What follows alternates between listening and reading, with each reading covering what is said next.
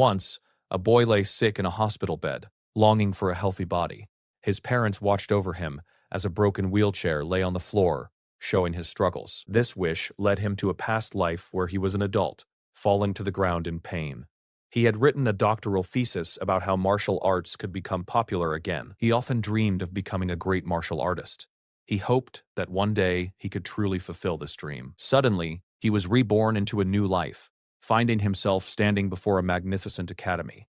He was amazed that his wish had come true. He enrolled in the Empire's best academy, excited to meet new friends. He wanted to show everyone his true power. During a battle, he effortlessly defeated his opponent, who was too weak compared to him. He was truly strong. He felt powerful and ready, imagining himself with a body perfect for fighting. He was finally living his dream of having a strong body. He could even predict how battles would end, combining his knowledge with his strength. He believed this new life would finally let him achieve everything he ever wanted. He trained hard, his hands glowing with a strange energy as he prepared for new challenges. He was mastering his new abilities. But then, something unexpected happened. His eye suddenly glowed with an unsettling red light, showing that things were not as simple as they seemed. Dark red energy started to burst from his body, shocking him. He wondered what was happening to him, as this power felt wild. He realized he was in a rampage, losing control of his body. Someone then mentioned that this was because of a curse. A mysterious man with a smirk seemed to know about the curse as he watched. Another person yelled, telling Louis not to give in to it. Louis was confused and afraid, asking himself what he had done to cause this. He couldn't understand what this curse was or why it was happening. He saw a dark image of himself, realizing that this terrible fate might follow him even into this new life. It felt like a heavy shadow had returned. A voice told him to just give up, asking if he would surrender to his destiny again. The pressure to quit was immense. He was called a monster as red tears streamed from his eyes, struggling against the overwhelming power. He felt his body being taken over. The voice warned him that his fate was the same as a past hero, showing a dark, beating heart. It implied a tragic end awaited him. Louis gritted his teeth, refusing to accept this fate. He angrily scoffed at the idea of being controlled by it. With a roar, Louis declared that if this was his fate, he would smash it into tiny pieces. He unleashed his power, determined to break free. In the year 594 of the Saint Calendar, the Grand Candria Arcanist Academy stood tall, a prestigious learning place. Many people gathered outside the academy, excited to apply for entrance. The sight was truly amazing. Louis looked at the huge crowd and thought that many people were applying, as expected from the Empire's best magic school. This young boy, Louis Kirill, was only 13 years old, and he was there among all the hopeful applicants. A woman called out to Louis, telling him not to run so fast and leave her behind. She caught up to Louis, still looking a bit out of breath from rushing to keep up. Louis's mother, a nun named Laciella, asked if he brought his ID and if he remembered to make sure no one noticed his hair color. Louis assured her he had both his ID and hair dye. Laciella then looked worried, thinking that maybe Louis shouldn't do this, fearing for his safety. She mentioned hearing that some examinees die, and that his unique hair and eye color could make him a target.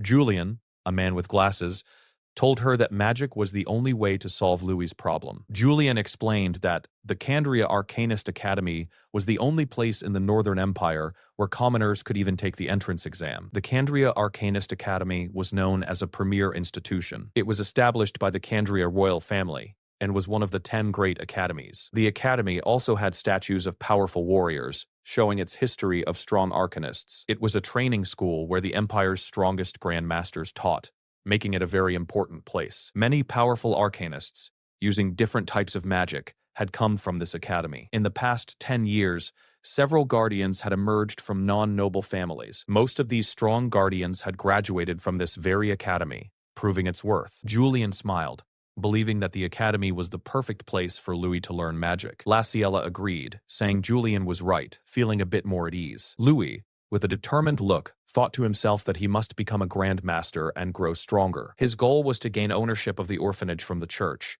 a heavy responsibility for a young boy. Laciella felt guilty, saying Louis had become so dependable even though she couldn't cure his rampage, and that she was making him worry about the orphanage, calling herself a terrible mother. Julian hugged Laciella, telling her she was doing more than enough by taking care of so many children.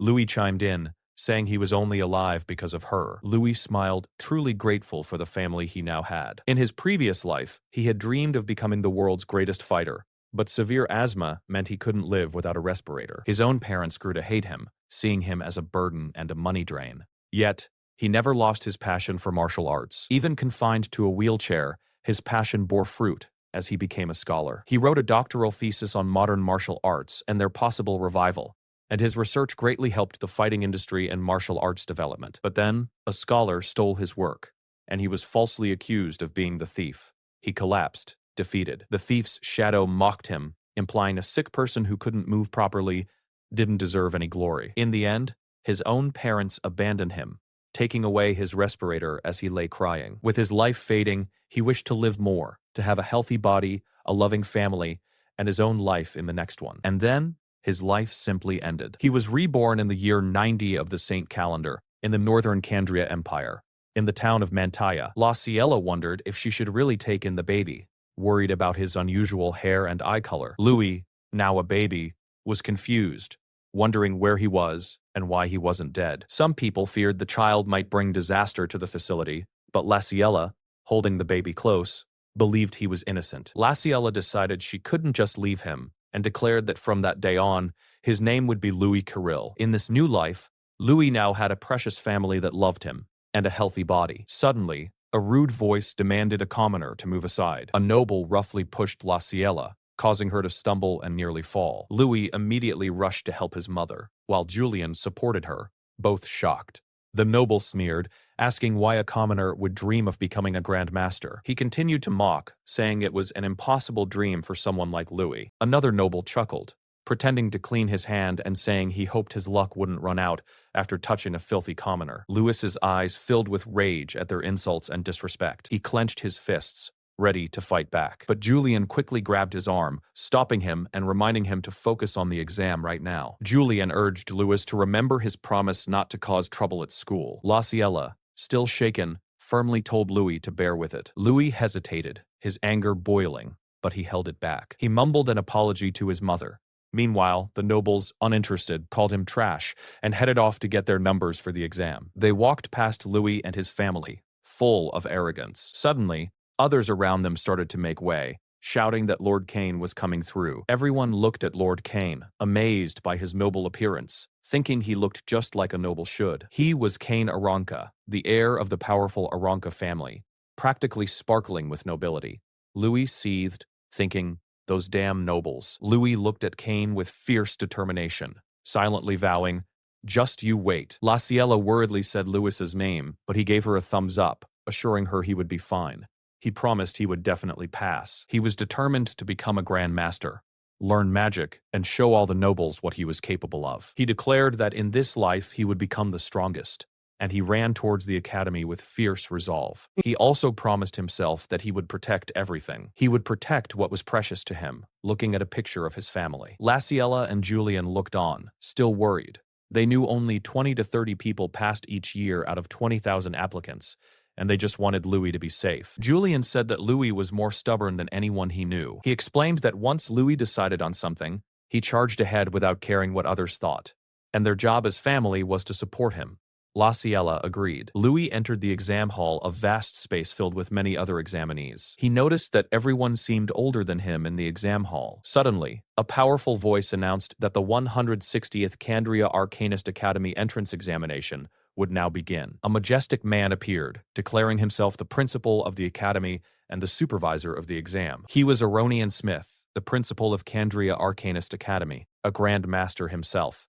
The other examinees gasped, surprised that the principal himself was running the exam. Louis thought about the world's hierarchy. Arcanists, practitioners of martial arcane arts, were divided into 6 ranks. The ranks ranged from apprentice at the bottom to fighter, master, grandmaster, sage, and saint at the very top. He noted that a Grand Master was 3rd from the top, essentially the privileged class of this world, looking up at Principal Aronian. The principal then explained the first test. All examinees had to climb a set of stairs, which were guarded by the academy's senior students. The first exam passes were placed behind the seniors, and only those who obtained one could move on to the next test. There were 1,000 passes in total, waiting for the successful examinees. The principal added that once all the passes ran out, the exam would immediately end. He then raised his hand, ready to begin the test. With a loud command, Principal Aronian shouted, "Bygone!" and the crowd of examinees surged forward. The students rushed towards the stairs, many of them shouting that they would be first. Some examinees confidently declared the exam a piece of cake, while others tried to push their way through, shouting, "Take this!" The senior students at the top of the stairs, acting as guards, smiled menacingly and welcomed the examinees. One senior, shrouded in a terrifying red aura, declared, "Welcome to hell." His intense presence created a distorted visual effect, causing the very air to ripple. Many examinees recoiled in fear, their faces twisted in terror as they were overwhelmed. They collapsed and were quickly disqualified. Numbers were called out, marking their failure. The examinees hit the ground, struggling, wondering if that terrifying feeling was an actual attack. Other examinees recognized the senior as Lord Sheath, the finance minister's son and last year's top scorer, acknowledging his power.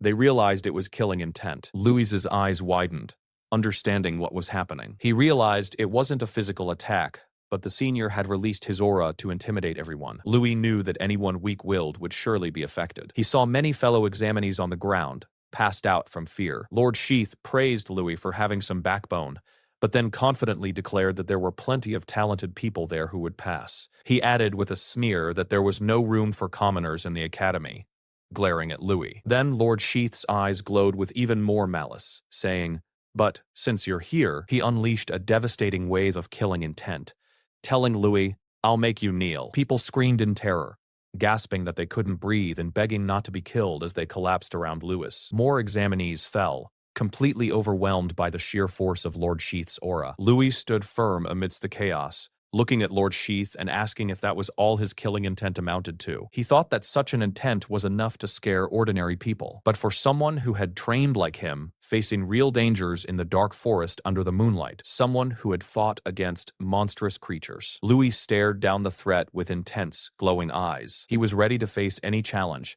having fought beasts that truly meant to kill. He confidently declared that Lord Sheath's intimidation won't work. With a powerful surge, Louis moved forward, breaking through the invisible pressure. He charged directly towards Lord Sheath, his intent clear. He closed the distance between them with incredible speed. Louis announced that he would show these arrogant nobles. He pulled back his fist, his body glowing with inner power. He was going to show them what real killing intent was. Louis unleashed his own powerful aura, a blinding blue light erupting from him. His aura was so strong it created a shockwave. The other examinees stared in utter shock and disbelief. Lord Sheath's arrogant smile vanished, replaced by a look of pure terror. Louis's fist connected, sending a jolt of energy. Lord Sheath was sent flying through the air, completely defeated by Louis's powerful strike. Louis looked down at the fallen senior, who stared back, utterly shocked. The other examinees gasped, wondering how a 13 or 14-year-old commoner could not only withstand the killing intent, but also punch a senior without using magic. Louis calmly walked past the still shocked senior. He walked to the board and confidently took a pass, earning his spot. Lord Sheath, still on the ground, raged in disbelief, yelling, "Damn it!" He watched Louis walk away, struggling to comprehend what had just happened. Louis continued to move forward, his determination unwavering. Lord Sheath struggled to get up, unable to believe he was defeated by a mere commoner. He cried out, "Impossible! A mere commoner." He was dumbfounded that Louis had blocked his powerful smash without using any magic. The principal calmly announced that Louis passed the first exam. Lord Sheath protested, saying Louis was just a commoner, but the principal stated that Candria Arcanist Academy treated all examinees equally. The principal emphasized that whether noble or commoner, they were all just humans facing monsters, making them equal. He then confirmed that his assessment was right. Louis humbly thanked the principal for his words. The principal congratulated Louis Carril on passing. The principal stood next to Louis, looking at him with a thoughtful expression. He then remarked that Louis's hair color was quite concerning, leaving a hint of mystery. The principal looked at Louis's unique hair color, finding it quite concerning. He then wondered if Louis's eye color was also unusual, making him stand out. Louis stood silently, perhaps surprised by these remarks. Louis, surprised by these remarks, asked the principal what he meant. The principal gently touched Louis's shoulder, hinting at something important. He offered to prepare a special magic potion to hide Louis's distinct features if he was admitted. Louis thought about the principal's intentions, but for now his main goal was to pass the second test. He walked away, ready to prepare for the next test, while the principal watched. Meanwhile, another student watched Louis with an angry expression as he walked away. This student was annoyed that the principal had intervened during an exam, wondering why he would protect a mere commoner. He vowed to remember Louis's name, Louis Carroll, clearly holding a grudge. Soon, the second exam was about to begin at the Candria Arcanist Academy's training ground. Examinees were told to wait. Out of an initial 20,000 examinees, only 1,000 remained to take this test. Most of these remaining students were nobles who had received elite education, with almost no commoners left. As Louis walked among them, some nobles approached him, looking down on him. One of the nobles threatened Louis. The noble warned Louis that no one would save him next time. Louis looked back at the noble with a calm but firm expression. The noble yelled that Louis would have been disqualified ages ago if the principal hadn't helped him earlier. Louis smiled faintly, calling the noble a complete idiot for his behavior. The noble was shocked and angry at Louis's insult. Louis declared that the Grand Master, referring to the principal, had better judgment than them. The noble became even angrier, his face twisted in rage. He threatened to knock Louis out right then and there. Louis simply smiled, accepting the challenge. He then stated that he would indeed knock the noble out. Louis quickly moved, preparing to strike the noble. With precision, Louis delivered a powerful blow, showing his skill. The noble was struck, a purple energy rippling around the point of impact. The noble gasped in surprise and pain, unable to move his body. Louis had used a technique called meridian severance on him. He followed up with another move, the spiral point strike. The effect of Louis's attack sent the noble flying into the air. The noble's friends watched in shock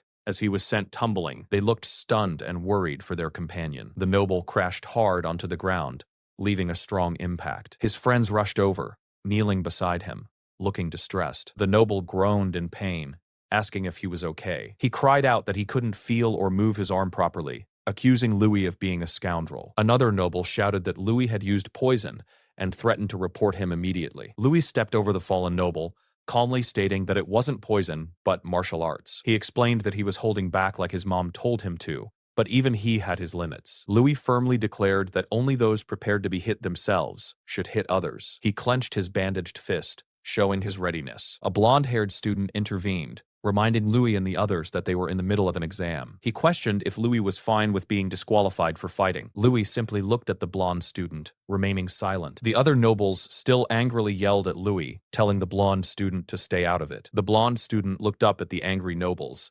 asking if they knew who he was. He told them that they were the ones who should back off. The enraged nobles were told to forget it and leave. As they walked away, one noble muttered that commoners and nobles are all trash. He stressed that nobles use their status to do whatever they want, and others should remember that. The blonde student, realizing Louis's strength and courage, called him by name and praised him. He then offered to team up with Louis for the upcoming exam. However, as soon as the blonde student, Lord Kane, made the offer, many girls approached, wanting to team up with him. Other students quickly surrounded Lord Kane, eager to form a team with him, citing their noble family names. Some onlookers whispered about Lord Kane's amazing abilities for someone only 13, saying teaming up with him guaranteed a pass. Louis just scoffed, not interested in the commotion around Lord Kane. Up above, a bright light signaled the end of the previous test. The principal, high above the crowd, announced the end of the will test. He declared that the next part of the exam would be the power test. Suddenly,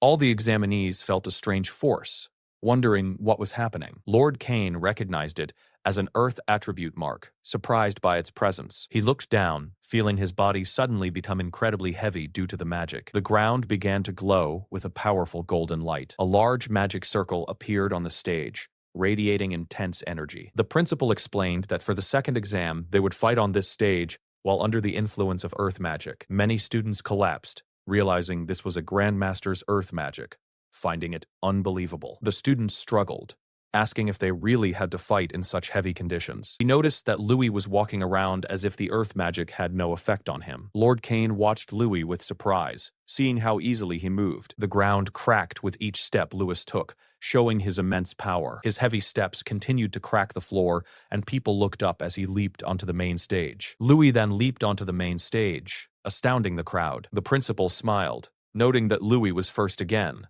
just like in the previous test. Other students were shocked, realizing it was the commoner who had passed the first test first. They felt the intense pressure of the earth magic, wondering how Louis could stand. Lord Kane, despite his 3 years of master-level training, could barely stand acknowledging Louis's incredible strength. The other students struggled even more, questioning how Louis managed to stand upright. The principal announced that only those still standing could participate in the next part of the test. Louis, along with a few others, stood firm as weapons appeared on the stage. The principal instructed examinees that those who want weapons can choose from over there. Louis quickly grabbed a sword, ready for what was next. He tested the sword, showing his confidence and skill. The principal warned that stepping outside the stage would lead to instant disqualification, as other students struggled to hold their weapons. He then asked if everyone was ready and commanded them to begin the exam. With a command, the principal announced the exam would begin and ordered the bound slimes to be released. He raised his hand, activating a new part of the test. The students wondered what bound slimes were and where the earlier ones had disappeared to. Louis looked up, sensing something above them. Blue orbs started falling from the ceiling, surprising the students. A large slime then crashed onto the stage, creating splashes of water. More slimes landed, and the students finally realized what bound slimes were. The principal explained the scoring. Blocking a slime attack gave 1 point, dodging gave 2 points. He added that defeating one slime was worth 5 points, and their rank would be determined by points earned. Only the top 100 would advance to the third test, which surprised many people. Louis prepared himself as the slimes bounced around the stage. Some students dismissed the slimes as dumb, low-level monsters that should be easy to beat. One student agreed, confidently believing they were just simple slimes. He boldly lunged forward with his sword, aiming for an easy 5 points. However, the slime moved faster than expected, dodging his attack. The slime then fired a shot of water at the surprised student. The student looked completely shocked by the slime's unexpected counterattack. The water shot hit him square in the face, knocking him back. Other slimes also started attacking, shooting water at the students. Another student was surprised, barely dodging a slime's attack. Students struggled to fend off the sudden, fast attacks from the slimes. More slimes kept falling from above, and students warned each other to watch out. The stage became chaotic as more slimes dropped, forcing students to dodge their attacks. Many students were overwhelmed, yelling in pain as they were hit by the slimes. Score updates showed points being gained, 1 or 2 points for dodges or blocks. The principal watched with another instructor as the test unfolded. The instructor noted that this year's exam included the young masters from Sage Aranka family, possibly setting new records. The principal added that there were excellent commoners this year too, including the boy he helped earlier. He thought Louis was interesting and might show them something fascinating. However, the instructor then pointed out that Louis hadn't moved at all now. While other students fought, Louis stood still, letting the slimes attack around him. Other examinees wondered what Louis was doing, as he remained motionless. Some thought the slimes were too fast for him, concluding that a commoner is a commoner in the end, and he'll get knocked out soon anyway. Louis stood still as slimes continued to attack. A slime launched a direct shot at Louis. Louis calmly looked at the incoming slime attack, completely unfazed. A powerful blue energy attack heads straight for the main character, who stands ready with his sword. With incredible speed, the main character moves, and the blue energy blast seems to just miss him. He looks up calmly, his expression showing no fear after having expertly avoided the attack. In the arena, the main character dodges another blue energy blast, catching the attention and surprise of other fighters nearby. An opponent nearby is completely shocked, wondering how the main character managed to evade the attack. Another powerful blue energy blast rushes toward the main character, and everyone watching expects him to be hit this time. Once again, he smoothly avoids the attack, leaving his opponent bewildered and impressed. He continues to dodge incoming attacks, his gaze sharp and focused. Multiple blue energy attacks now soar through the air, all directed at him from different angles. An opponent watches, convinced that it's impossible for anyone to dodge such a barrage. The main character remains unmoving for a moment, his eyes narrowed and determined as he prepares for the next moves. His eyes shine with intense focus, signaling he is about to use his unique abilities. The scene shifts to a snowy landscape, showing a past memory or training session. His companions look worried when he asks them to throw rocks at him, worried it will be dangerous if a rock hits him. He calmly reassures them with a smile, telling them it's perfectly fine. He explains that he has a new technique he wants to test out. His companions begin throwing rocks, shouting for him to make sure he dodges. Several rocks fly swiftly through the snowy air, heading straight for the main character. He moves rapidly, already starting to dodge the incoming stones with quick movements. His eyes glow with a bright blue light, showing his ability is fully activated. He remembers how, in his previous life, He learned to quickly send information from one part of his brain to another. His idea was that if he could calculate attack paths instantly, he could react to anything. He believed that by gathering information and predicting trajectories, he could handle any attack. As the rocks approach, he mentally processes their movements, calculating their paths. With all calculations done, he moves swiftly to evade every rock, creating splashes in the snow. He flawlessly dodges all the rocks, moving with incredible agility. His companions are utterly astonished, praising his awesome dodging skills. They eagerly run towards him, asking how he managed to do it and if it's a new technique. He reveals his technique is called Void Combat Calculation, a name that puzzles his friends. He explains that this special technique allows him to predict what will happen in a fight. Back in the arena, multiple blue slimes shoot towards him from various directions. He focuses intensely, his eyes glowing as he uses his prediction ability. A slime hurtles forward at high speed, its trajectory being analyzed by him. He stands in the center of the arena, surrounded by slimes closing in from every side. He knows that these bound slimes are both fast and powerful. However, he also knows they can only charge in straight lines, so he quickly calculates the angle and speed of their rebounds. This allows him to predict their exact attack path before they even move. With such precise predictions, he finds it incredibly easy to dodge every single slime. He dodges 4 slimes, earning 8 points, and prepares for the next challenge. He quickly draws his sword, ready to counterattack with skill. Now it's his turn to strike, and he unleashes a powerful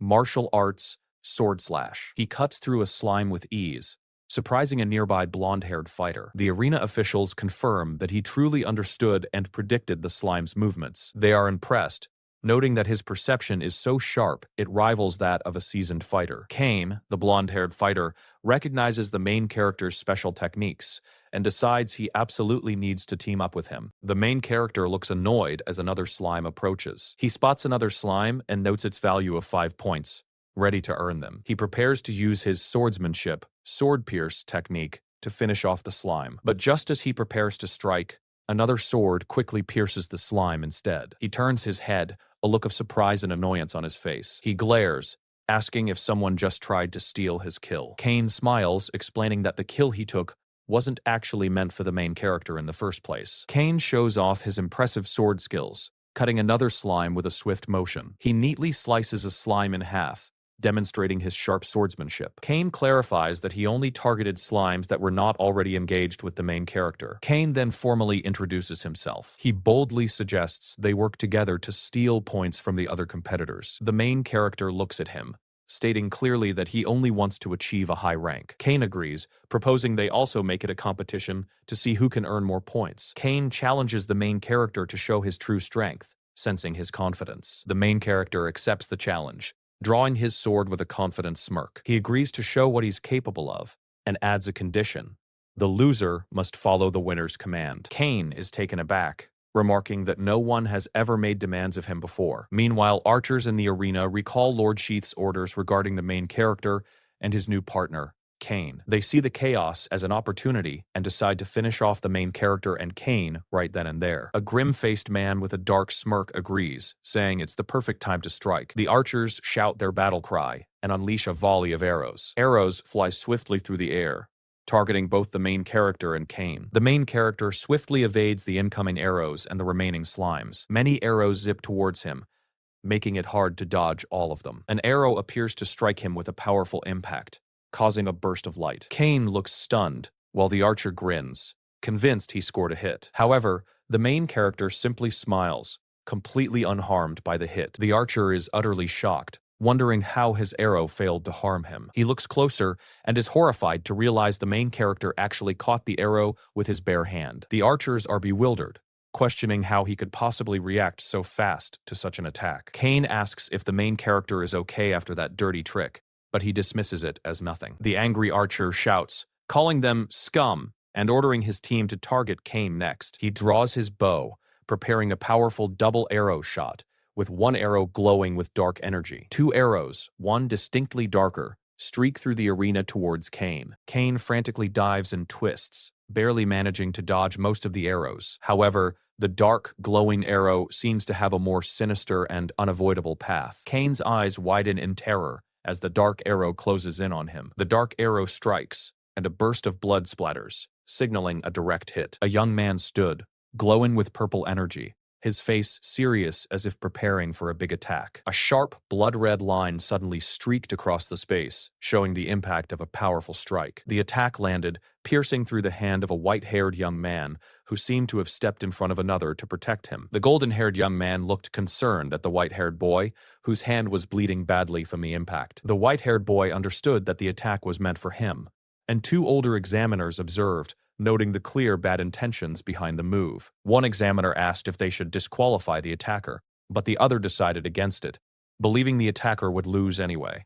The principal then ordered healing potions to be prepared, stating they would deal with who was responsible for the attack after the exam was completely finished. Later, in a large arena, the white-haired young man looked at the golden-haired one, asking, "Kane, was it?" The white-haired young man then held his sword like a baseball bat, asking Kane if he had ever heard of baseball. With a powerful swing, the white-haired young man struck a blue energy ball with his sword. He concentrated hard, using his full strength and focus to hit the incoming magic. The white-haired young man then launched a swift counterattack, sending another blue energy attack towards his opponent. He spun around, hitting a large incoming magic blast, sending it back towards his enemies with incredible force.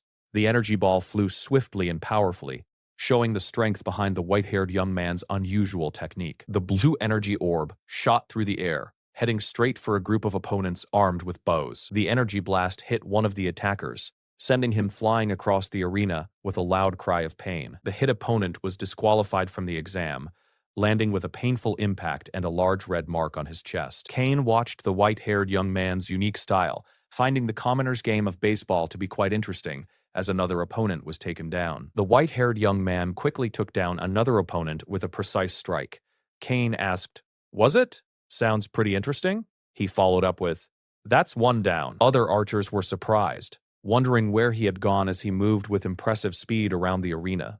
The archers exclaimed, "Damn it, how dare you." He quickly reappeared, flying through the air to attack an unsuspecting archer from above. With another powerful strike, he sent an energy blast directly at his second target, exclaiming, "Number 2. The archer was shocked as the blue energy blast came hurtling towards him. The other archer yelled, "Hey, no way!" The archer was hit hard, collapsing to the ground with a cry. Another examinee was disqualified, leaving only one opponent standing against the white-haired young man. The defeated archer exclaimed, "Wah!" The last remaining archer looked terrified as the white-haired young man approached him. The archer angrily warned the white-haired commoner that he would face trouble from the seniors if he went any further. The white-haired young man simply said oops as he kicked the last archer, sending him to the ground in pain. One of the remaining archers exclaimed, "Bro." Kane approached the white-haired young man, telling him to be more careful next time and thanking him for earlier. The last archer cried out, "Further and the seniors won't stay quiet." The white-haired young man checked his bandaged hand and confirmed he was fine. Kane floated down, saying, "Be more careful next time." Kane told the white-haired young man that he was pretty decent for a noble, but the white-haired boy quickly clarified that he shouldn't be grouped with other nobles. Kane assured him that he wouldn't bully him even if he won, telling him to relax. The white-haired young man let out a sigh. Kane then confirmed, "You're pretty decent for a noble." Kane explained that he was from the Aranka family, one of the great families known for producing many powerful masters and sages. These great families hold immense power, rivaling even the royal family and the Arcanist Association. The white-haired young man reflected on Kane's words, realizing there were indeed many different kinds of nobles. Suddenly, other examinees complained about a commoner interfering and tried to gang up on the white-haired young man. He thought to himself, "Great families, huh? There are all kinds of nobles, I guess." The angry crowd declared that they wouldn't let him score any more points. More and more examinees yelled for commoners to disappear and began to target the white-haired young man and Kane. The crowd yelled, "Damn it, a commoner interfering!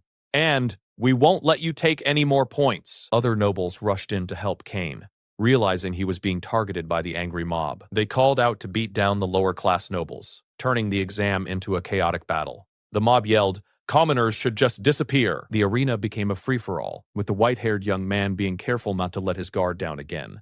Kane and the white-haired young man looked on with surprise as the fighting spread. Other nobles rushed in to help Kane, realizing he was being targeted by the angry mob. They called out to beat down the lower-class nobles, turning the exam into a chaotic battle. The arena became a free-for-all, with the white-haired young man being careful not to let his guard down again. Someone yelled, It's turned into a free-for-all. Be careful. A girl with red hair and another with blue hair watched the chaos unfold. The red-haired girl, Miliana, found the situation exciting and declared that she would make the nobles who looked down on them regret it. The blue-haired girl agreed, saying, "Yeah." The white-haired young man realized many people were now targeting him, making the situation even more difficult. He thought, if I score more points, things. He quickly noticed slimes suddenly appearing and becoming troublesome in the arena. He exclaimed, "Whoa!" Slime suddenly. One of the blue-haired girl's slime attacks caused an opponent to slip and fall. She joyfully cried out, "Whoops!" Meanwhile, Miliana, the red-haired girl, launched a powerful shining attack at an opponent. She quickly took down another opponent, showing her strength in the chaotic battle. Others cried out in pain as they were defeated around the red-haired man. Suddenly, a muscular man with red hair and a giant hammer appeared, laughing wildly. He expressed how much more fun it was to punch people than to fight slimes. With his huge hammer, he prepared to strike down more opponents. He swung his hammer with intense determination, his eyes glowing red. The red-haired man roared, pushing himself to move faster and unleash more power. The red-haired man spun his hammer in a wide arc, creating a powerful area attack. With multiple fiery attacks, he knocked down several opponents around him, shouting, "Move! Move! Move! Move!" He continued his relentless assault, taking down more examinees with his powerful hammer. People cried out in pain as they were sent flying. Many examinees lay defeated on the ground, scattered around the red-haired man, who stood victorious with his hammer. An examiner asked the principal if they should stop the chaotic exam. Another examiner worried that disqualifying all the nobles might cause problems. The principal smiled, explaining that the academy had its own rules and they should not worry about public opinion. The principal replied, "If all the nobles are," the examiner understood, and the examen continued with a burst of bright light. The principal continued, "Don't worry about public opinion." A massive wave of light swept across the arena, signifying the end of the intense second exam. The principal announced that the second exam was officially over with this. He then declared that the rankings of the successful candidates would be announced later, as the earth magic effect from the exam faded. Many of the defeated examinees lay on the ground, recovering from the powerful attacks they had endured. One exclaimed, "I'm exhausted." The principal instructed the injured to drink the healing potions that were now scattered on the ground. The white-haired young man wondered about the mysterious power of these magic potions. He realized that even basic healing potions were very expensive, costing 3 silver coins, which was far too much for him. The white-haired young man held up a potion, wondering, what mysterious power a magic potion? Kane playfully nudged him, asking what was wrong. Kane told the white-haired young man that he wouldn't be called expensive. Kane assured him that he wouldn't bully him even if he won, telling him to relax. The white-haired young man let out a sigh. A formal announcement was then made that the rankings for the second exam would be revealed. A giant scroll unfurled in the air, displaying the results, and Kane asked the white-haired young man what rank he thought he got. Some examinees laughed, pointing out that the commoner's name wasn't even on the rankings, which only went up to 6th place. The white-haired young man wondered if his name wasn't there. Kane asked, "So what rank did you get?" Others pointed out, "Huh? Only up to 6th place is listed? The commoner isn't even on the rankings." The examiner announced that the top 5 examinees had all set new records, then began to list them, starting with Miliana Royce in 5th place. Next, Kane Aranka was announced in 4th place, followed by Faye Durahan in 3rd place. The white-haired young man was confused, realizing his name hadn't been called yet, and wondered if he was disqualified for attacking those scumbags. He wondered aloud, "Hey, my name really isn't being called. Did I get disqualified for attacking those?" The results for the academy exam were announced, with Louis Carrel securing a remarkable 2nd place, with 887 points. Many students around him were surprised, wondering who this high-ranking commoner was. Another student, Kane, recognized Louis and shared a secret smile, hinting at their connection. Kane pressed Louis about his secret, and Louis promised to tell him after the exam was fully over. The announcer then prepared to reveal the highly anticipated 1st-place winner, while other students observed. To everyone's amazement, Neil Gunn took the glorious 1st place, with an unprecedented 888 points. Neil Gunn, a huge man, stood tall, clearly a strong presence among the students. He looked down with a confident smirk, telling himself not to be disappointed by the others. The other students were in awe of Neil, especially since 2 commoners had taken both 1st and 2nd place, even outranking Faye from a noble family. Faye, a small student with a staff, watched Neil with great interest, eager to challenge him to a match. A female student in armor also stood by, looking confident and ready for action. Meanwhile, a group of noble students grumbled amongst themselves, angry about losing to mere commoners. One noble loudly called the others useless and a disgrace to their noble families for such a poor showing. The principal then addressed all the students, pointing out how unusual it was for commoners to secure the top 2 spots since the academy began. He continued to explain that the Arcanist Association runs orphanages precisely because they understand something important. He emphasized that true strength has nothing to do with a person's social standing or background. The principal then instructed all the students who had passed this second exam to move to the next venue for the final test. As they walked, Kane teased Lewis about being so close to first place, wondering which of them was actually stronger. The students arrived at the Candria Arcanist Academy's 3rd training ground, a lush forest area. This forest was the location for the 3rd and final exam, a challenging survival test. The final exam was announced as the Emblem Battle Royale,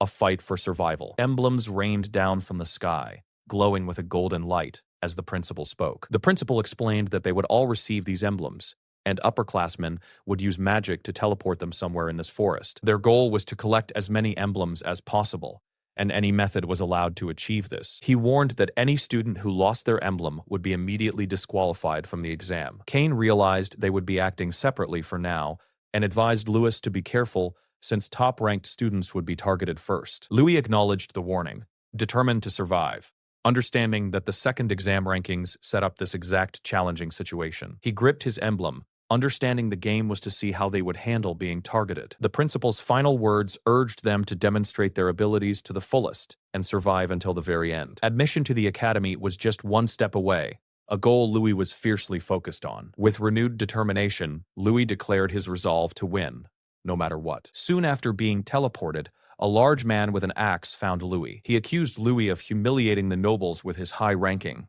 and stood ready to attack. The man gloated that Louis's friend Kane wasn't there to protect him, and that Louis was all alone. Suddenly, Louis was forced to quickly dodge an incoming attack. An arrow flew past him as he moved, realizing he was being ambushed by several students, all armed. Louis quickly figured out that his teleportation staff must have somehow revealed his location to his attackers. The large man shouted for Louis to stop talking and lunged at him with a powerful axe swing. He shouted, "Die!" as he tried to strike Lewis down. Another attacker joined in, thrusting a spear and promising Louis would not escape. Louis skillfully dodged the spear attack, moving with incredible agility, but then he was hit by more attacks and fell to the ground, seemingly overwhelmed. However, Louis quickly recovered, leaping up with his sword glowing and ready to fight. His attackers were confused, wondering how he could have dodged their combined assault. The leader of the ambush yelled at Louis to give up and warned that he would die there. Louis faced a barrage of attacks from all sides,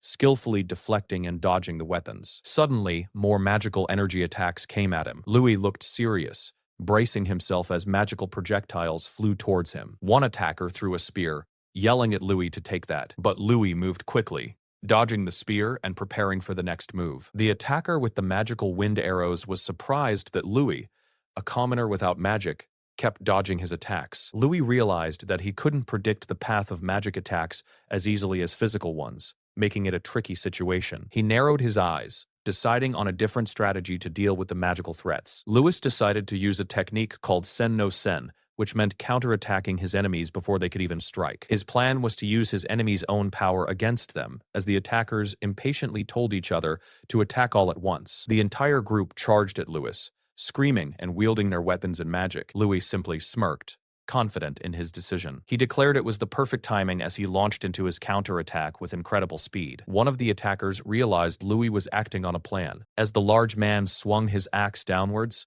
Louis was ready. Louis skillfully used the force of the axe swing. He used the axe as leverage, spinning around to hit another attacker with a powerful kick. The attacker was sent flying, shocked by Louis's unexpected move. Louis continued his rapid movements, using a combination of offense and defense. He then used a spear to hit another opponent, who screamed in pain, clutching his eyes. Louis kept moving, parrying another spear attack with his sword. He quickly tied up one of his opponents with the spear, holding him captive. Using the captured opponent as a shield, Louis blocked a magic attack that struck the noble. The noble fell, bleeding, as Louis's other attackers looked on in dismay. Louis then spun the spear around, gathering magical energy. He launched the spear with tremendous force, sending it flying towards a tree and creating a massive explosion that knocked out more opponents. Several attackers were sent crashing to the ground, defeated by Louis's clever use of their own magic. Golden emblems scattered around the defeated students. Louis walked over, easily collecting the fallen emblems from his vanquished opponents. He gathered the emblems, calmly stating that he would be taking them. One of the defeated nobles, seeing Louis take the emblems, desperately shouted for his allies to attack with full power magic. Suddenly, Cain appeared, questioning if the noble was talking to him, and pointing out his magic was no longer usable. The noble was shocked to see Cain, who had seemingly broken his crossbow, implying he had sabotaged their magic. Cain casually dropped the broken crossbow, remarking that it was too bad for the noble. He told the noble that his magic could no longer be used, and the noble frantically asked why Cain was there. The noble cried out that his comrades were supposed to hold Cain back, but Cain simply smiled, revealing he had made them tell him their plan to stall Louis. Cain then told the noble that the Aranka family should not be underestimated. The enraged noble cursed them and threatened to take both Louis and Cain down. But before he could act, Louis quickly knocked him out with a swift move, calling him noisy. Louis reassured Cain that he was safe, and Cain handed Louis the emblems he had collected, calling them the spoils and remarking that these low-level nobles were no big deal. He then asked Louis if he wanted help, anticipating more trouble, but Louis declined. Louis firmly stated that he would handle his own problems moving forward. From a distance, the armored female student watched Louis, smiling and clapping, impressed by his strength and declaring him the type of person she acknowledged. Faye, a skilled warrior, stands ready and challenges someone to a fight. She wears full armor and is armed with a long spear, showing her readiness for battle. Two friends, one with a sword and the other a magic user, hear about Faye Durahan, the daughter of a great master. The magic user quickly denies being friends with Faye, even though he had fought her before. He explains that he lost their previous fight because he let his guard down, while Faye impatiently waits for a clear answer. He admits, "So you lost." Faye demands, "Stop flirting and answer me. Are you fighting or not?" The magic user warns his friend that Faye can already use magic and is an apprentice-level fighter, suggesting they ignore her and collect emblems instead. Faye is angered by their plan to run away and calls the boy a coward for thinking he can't win. Hearing her insult, the boy decides to accept the challenge. He says, "Fine. I've been wanting to see how a great family fights anyway." Pleased, Faye agrees to fight fairly, promising not to use her magic. "To be fair, I'll fight without magic." She immediately lunges forward with her powerful Sacred Lance slam technique. Faye takes this. The boy's eyes glow as he prepares to face her attack head-on. Faye's spear attack powerfully clashes with the boy's sword. Faye looks surprised and impressed, saying, "Oh, you're pretty good." The boy stands firm, showing no signs of backing down. Faye continues her aggressive assault, striking with her spear repeatedly. The boy skillfully deflects her blows with his sword. Faye keeps pushing her attack, urging him to continue the intense fight. She then spins, launching another strong spear technique. Faye readies another attack using Sacred Lance. Faye slams her spear into the ground, creating a powerful impact. The impact creates a strong burst of energy, shaking the ground. Two older men watch from a distance. They note how impressive the Durahan family's spear techniques are, showing both speed and power. They agree that Faye is truly a genius for her flawless fighting style. However, they also acknowledge the commoner boy's surprising ability, but believe he cannot last long. The other man asks the first, "Who do you think will win?" The principal floats down and asks the two men who they predict will win the match.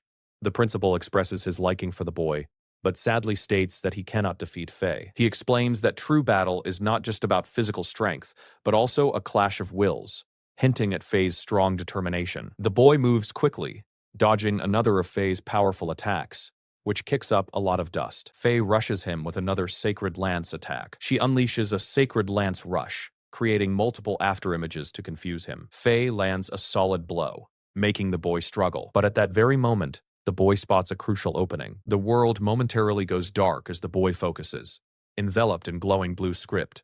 He sees the opening. Faye notices the boy's sudden shift in focus while she is mid-attack. The boy retaliates against Faye's multi-pronged attack. The boy manages to grip the spear shaft firmly. Faye struggles to maintain control, grunting in frustration. The intense action continues as Faye applies pressure. The boy dodges another aggressive movement from Faye. Faye looks surprised, saying, "You dodged them all." The boy confidently tells her that it's not difficult if one observes carefully, implying he can read her movements. Faye, feeling challenged, prepares to unleash a more complex and powerful spear technique, gathering orange energy around her weapon. She strikes the ground with a massive impact, causing an explosion. Faye uses Sacred Lance, Crescent Fall, a wide, sweeping attack. The boy stands ready. The boy realizes that spear techniques have many different moves, like thrusts, sweeps, defenses, and suppressions. He notes that it is quite troublesome. He understands that the long reach of the spear makes it a very difficult weapon to fight against. However, he also recognizes that despite its strengths, spear techniques have several fatal weaknesses.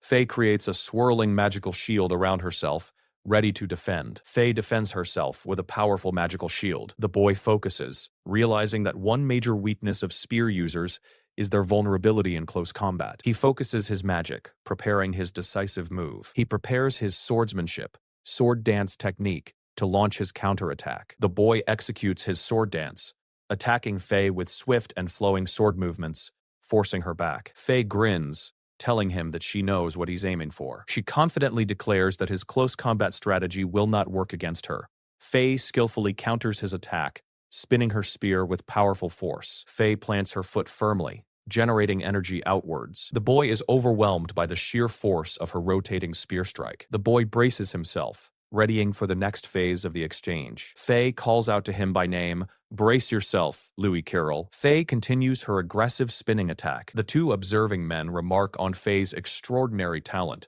noting that even her family's Grand Master only mastered that technique at the age of 16. They feel it is a pity that the boy, despite his best efforts, cannot overcome Faye's combined magic and spear skills. The boy begins to use his swordsmanship again, despite his weapon being potentially damaged. He performs swordsmanship, sword net, creating a defensive barrier with his sword. He realizes that another weakness of spear techniques is their high stamina consumption. He plans to keep defending precisely, knowing that Faye will eventually create an opening due to exhaustion. He continues to block her continuous barrage of spear attacks, knowing an opening will definitely appear. Faye maintains her aggressive stance, surrounded by powerful orange energy. Suddenly, his eyes glow as he spots a small, momentary opening in Faye's movements. He quickly seizes the opportunity, moving in to strike with his sword. His sword connects with Faye's spear in the air. The boy connects the blow, aiming for the spear. The broken fragment of the spear flies into the air with a sharp sound. The boy looks momentarily surprised by the result. Faye looks down at her damaged spear,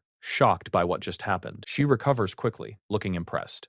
Impressive. If your sword hadn't broken, you were planning to counter, right? He admits that was his intention. Yeah, looks like my luck is terrible. Faye suspects he has been holding back. She complains in a small, irritated form. By the way, you're holding back, aren't you?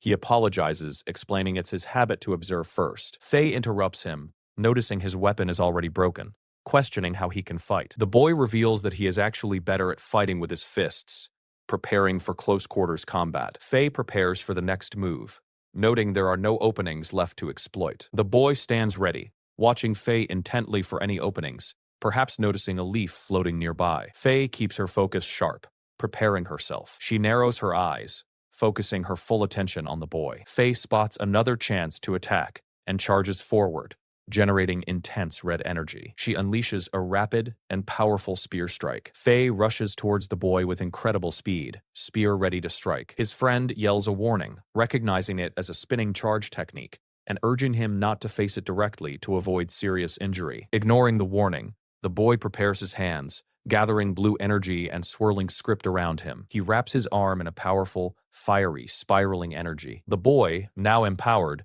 directly clashes with Faye's spear attack using his hands. He powerfully pushes back against Faye's attack with his bare, glowing hands, shouting, "Ha!" The blonde friend looks utterly shocked by the display of power. Both his friend and Faye are utterly shocked by his impossible feat of blocking the attack without a weapon.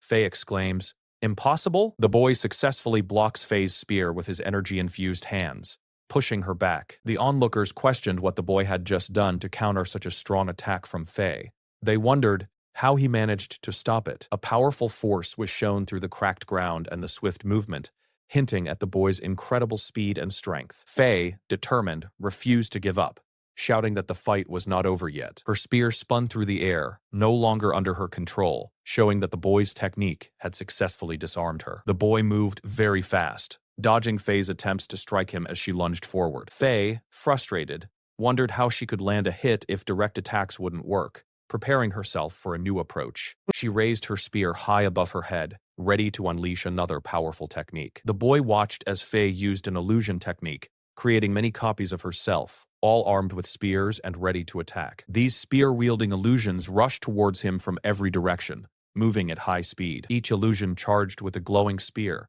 making it seem like countless attacks were coming his way. The boy found himself completely surrounded by the many spear-wielding copies of Faye. Despite being surrounded, he remained calm, a slight smirk playing on his lips as he prepared for the onslaught. He deftly caught one of the glowing spears, using his hands to stop its powerful spin. With a burst of blue energy, he twisted the spear, perfectly redirecting its force away from him. Faye watched in disbelief as her attack was so easily cancelled out by the boy's skill. The principal observed that the boy seemed to be stopping the spear's rotation using a very special method. He then admitted he had never seen such a technique before, and was continuously surprised by the boy's abilities, hinting it might be the Durahan family's spinning spear technique. The boy's eyes glowed as he unleashed a quick, powerful punch. His punch landed with a strong impact, knocking Faye backwards. Faye was sent flying through the air from the sheer force of the boy's counterattack. She hit the ground hard, defeated by his powerful blow. Faye glared, her face showing anger and confusion about the mysterious technique the boy had used. The boy, looking confident, explained that his move was a type of parry used in martial arts. He further explained that he added a twist to match the spear's movement, which cancelled out its rotational force. He demonstrated the technique again with a swift movement, telling Faye to simply think of it as his special move. Faye was left stunned and amazed by his simple yet effective explanation. The boy moved incredibly fast, his steps blurring across the ground as he darted around. He moved like a ghost, seeming to appear and disappear, making it very hard to track him. Faye tried to strike him with her spear, but he was too quick, effortlessly dodging her attack. He expertly ducked under her sweeping spear, still moving with impossible grace and speed. An onlooker wondered if the boy's quick movements were some kind of optical illusion. They noted his elegant footwork, moving around like a butterfly, as multiple images of him appeared at once. Faye gritted her teeth in frustration, unable to land even a single hit on him. This was the legendary butterfly step, a light and elegant footwork that moved rapidly back and forth. His light steps, with their unpredictable rhythm, were perfect for this intense fight. He closed the distance between them, positioning himself for his next attack. He delivered a solid punch, connecting strongly with Faye. Faye gasped, holding her chest where the boy's powerful punch had landed. One of the onlookers was left completely speechless by the boy's unbelievable skill. Another onlooker was shocked, commenting that the boy had completely overwhelmed Faye. The principal stated that it was quite rare for anyone to defeat Faye in a fight without using magic. He then wondered if the boy might be a natural genius in hand-to-hand combat. Faye, still on the ground, refused to accept defeat, declaring that the battle was far from over. She proudly announced her name, Faye, from the prestigious Durahan family, showing her lineage. With a powerful surge, she dramatically threw her spear aside, ready to fight with her bare hands. She declared that she wouldn't lose so easily, deciding to change her strategy completely. The boy watched as she charged, wondering if her hand-to-hand fighting still used spear-like movements. Faye shouted, preparing to use a powerful Wing Chun move. She lunged at him, executing a swift Pak Sao strike. She unleashed another strong attack, her crushing fist first, aimed right at the boy. Her face showed intense focus and a fierce yell as she put all her strength into the crushing fist. The boy blocked her powerful punch, creating a visible shockwave between them. He felt the force of her blow, noting that its impact was very similar to inch power. He complimented her technique, standing firm and showing no signs of backing down after her strike. Faye, proving that her family's martial arts weren't just about spears, prepared her next powerful move, crushing fist third. The boy, eyes shining with excitement, challenged her to bring it on, eager for more of the intense fight. He adopted a boxing stance, ready to face her in a pure hand-to-hand combat exchange. Their powerful punches met in an explosive clash of raw strength. The boy felt a deep satisfaction, enjoying every moment of fighting such a strong opponent. He was overcome with joy, realizing that this was exactly the dream battle he had always imagined. His inner thoughts urged him to experience more and more of this thrilling combat. A glowing red heart appeared, symbolizing his rising excitement and surging power within. He cried out, wanting to enjoy this incredible moment even further, as a dark red aura began to surround him. His eyes glowed red, and a dark, sinister aura enveloped him, reflecting his intense pleasure in the fight. Faye looked on with alarm, wondering what strange power was awakening within the boy. The dark, menacing aura behind the boy grew, forming a giant, monstrous face. Faye felt completely paralyzed, her body unable to move under the pressure of the overwhelming aura. She collapsed to her knees, overwhelmed and defeated by the boy's dark power. Faye coughed up blood, completely beaten and unable to continue fighting. The boy stood victorious over her, calmly looking down at his defeated opponent. The principal, witnessing the sudden turn of events, looked on with a surprised expression. Faye lay defeated on the ground, surrounded by the fading traces of the boy's powerful aura. She remained on the ground, slowly recovering from the devastating impact of his final attack. The two other onlookers were utterly shocked that a mere commoner had managed to corner and defeat Faye. One of them, Brian, clutched his head, looking very unwell and in pain. Brian suddenly threw up, feeling intensely sick, as his friend worriedly asked what was wrong. Brian confessed he felt sick and didn't know why, describing it as a strange and unsettling sensation. The dark red aura intensified around the boy once more, with glowing red eyes appearing in the background, making Brian wonder if this power was the cause of his illness. The two men were very upset because their plan had failed. They never thought a commoner could be so strong, and now they believed they must get rid of him no matter what. One of the men, with blood on his mouth, warned that if an old legend was true, they absolutely could not let the commoner live. The commoner, Lewis, glowed with a fierce red aura as he punched with incredible power.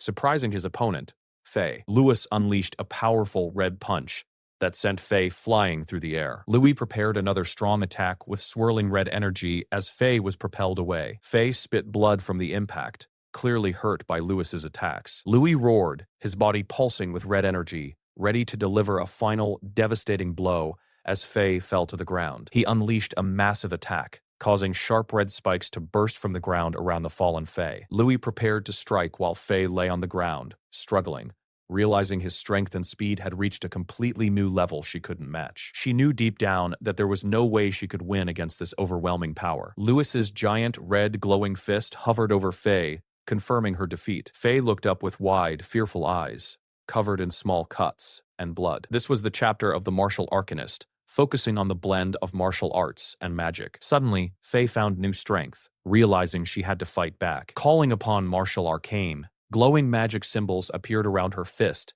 as she launched a fiery counterattack at Lewis, creating a big explosion where they stood. Faye shouted, "Blaze Fist," as her magical punch connected with Lewis. A massive explosion of light and smoke erupted from their clash, engulfing the area. Louis was sent flying backwards by the force of Faye's fiery magic, letting out a cry of pain. He tumbled through the air, hitting several trees before crashing to the ground. Louis landed with a dazed gasp, the impact shaking the ground around him. He realized he had just seen real magic again, and it caught him off guard. Another student, a blonde boy, rushed over to check on Lewis while he pondered the magic he just saw. Louis said he was fine but worried about Faye. Then, a staff member announced that Louis, number 30947, had lost his emblem and was disqualified from the exam. The staff member, looking quite stern, confirmed Louis was disqualified. Louis watched as the emblem on his chest began to burn with fire. The emblem completely burned away, leaving nothing but ashes. The staff member ordered Louis to leave, but the blonde boy quickly spoke up, arguing that Faye's magic use was an accident. The staff member glared, saying the principal had witnessed everything, and accused the blonde boy of trying to help a commoner cheat. He called Louis trash and told him to disappear, warning the blonde boy not to interfere with the exam. Suddenly, a bruised Faye appeared, shouting for them to hold on. Everyone looked surprised. Louis and the blonde boy stared in disbelief as Faye approached. Faye walked towards them, looking hurt but determined, surprising everyone that she was safe. The moment hung in the air, with everyone focused on Faye. The staff member was surprised, asking if Faye was safe. Faye confronted the staff member, confirming that Louis's emblem burned because she accidentally used magic, and then apologized to Louis for it. The blonde boy was astonished that Faye was apologizing. Faye admitted that she was the one who lost control and went berserk earlier. Faye told Louis that since he made her use magic, he was the true winner. She then suggested they have another match when they both got into the school. The staff member was surprised, asking if Faye still meant that even though Louis only had 4 emblems. The blonde boy was astonished that Faye apologized and admitted she accidentally used magic. Faye ignored the staff member and told Louis it was totally fine. She then suggested they have another match when they both got into the school, stating he was the true winner because he made her use magic. Faye then pulled out a handful of emblems, giving them to Louis as his reward for beating her, asking if he would be enrolled. Louis now held many golden emblems, increasing his total to 14. Faye explained that because Louise's emblem burned after he defeated her, his victory should still be counted as valid. She presented Louis with the emblems as his reward for beating her. Louis now held many golden emblems, increasing his total to 14. Faye insisted that since Louis defeated her, the victory should count as valid, asking if that was right. The staff member became angry and called out Faye's full name. The blonde student smiled, saying, "What a coincidence!" When Faye raised an issue, Faye dismissed the staff member, stating she wouldn't accept a system where deserving people failed while weaker ones passed. She then made a point about the passing limit. She angrily kicked a sword on the ground, expressing her frustration. Faye then smartly pointed out that only 10 people could pass. She asked what would happen if the 10th place person also collected 14 or more emblems. The blonde student smiled, agreeing with Faye, saying he had been thinking the same thing. Faye and the blonde student then rushed off, determined to collect more emblems, with Faye playfully telling him that not everyone was as focused on fighting as he was. Louis smiled, feeling thankful as his friends went to such lengths to help him. Despite the new development, the older staff member still declared Louis disqualified and instructed another staff member to escort him out, to which the subordinate replied, "Understood." The angry staff member watched Louis walk away with the escort, vowing that this was not over yet. He thought that if Faye managed to defeat other examinees, Louis would surely pass, which only made him angrier. The blonde man expressed that he never wanted to see Louis again. A sinister look crossed his face as he thought he never wanted to see Louis again. He darkly wondered if an accident during the exam wouldn't seem strange at all. He then ordered his subordinate, Sheath, to take action, saying, "That's right, do it, Sheath," and expressing hope that he wouldn't fail like those weaklings. Meanwhile, a pair of piercing eyes watched Louis from afar, sensing a strong presence around him and pondering Louis Carrill's true identity. As Louis was escorted, he thought about how strong martial arts truly were, but also knew that martial arts alone couldn't fully match magic. Louis looked at the grand school, dreaming of enrolling there to learn how to combine both magic and martial arts. Later that night, a bright full moon shone in the sky. Louis walked alone, noticing his clothes were completely torn. He worried about how to explain this to his mother, fearing she would worry and ask too many questions. He realized his situation was tough, just as the hooded figure attacked him from behind with a weapon, making Louis think, "This is tough." Louis quickly blocked the attack with his bare hands. He skillfully pushed the attacker away, making their knife fly out of their hand. The hooded attacker landed further back, surprised, asking Louis how he noticed them. Louis calmly replied that he could smell the blood, remarking that the attacker couldn't hide it. The hooded figure scoffed, remarking that Louis was far too relaxed for someone about to die, hinting at more trouble. Indeed, Louis was now surrounded by several masked opponents. Louis recognized that these opponents were fairly skilled fighters and knew he had to use all his strength to face them. He specifically focused on one hooded figure, sensing that this particular opponent looked quite dangerous. The dangerous hooded figure charged at Louis, shouting, "Hey, brat," and warning him not to look away. The attacker threatened Louis, promising that if he wasn't careful, his head would be cut off. The young man focused his eyes, glowing with blue energy, as he expertly dodged an attack. He moved like a flash, avoiding danger at every turn. With a swift counter, the young man struck one of his enemies, sending them crashing to the ground. He clutched his simple sword, which now glowed with a faint light, ready to face whatever came next in the chaotic battle. Another opponent was knocked back by his quick moves, while the young man skillfully maneuvered around the fight, always looking for an opening. He continued to move with incredible speed, dodging several attacks from different directions that seemed to fly past him. One of the masked attackers watched him closely, noting his sharp senses and advanced fighting skills. The masked man admitted his hand-to-hand combat was impressive.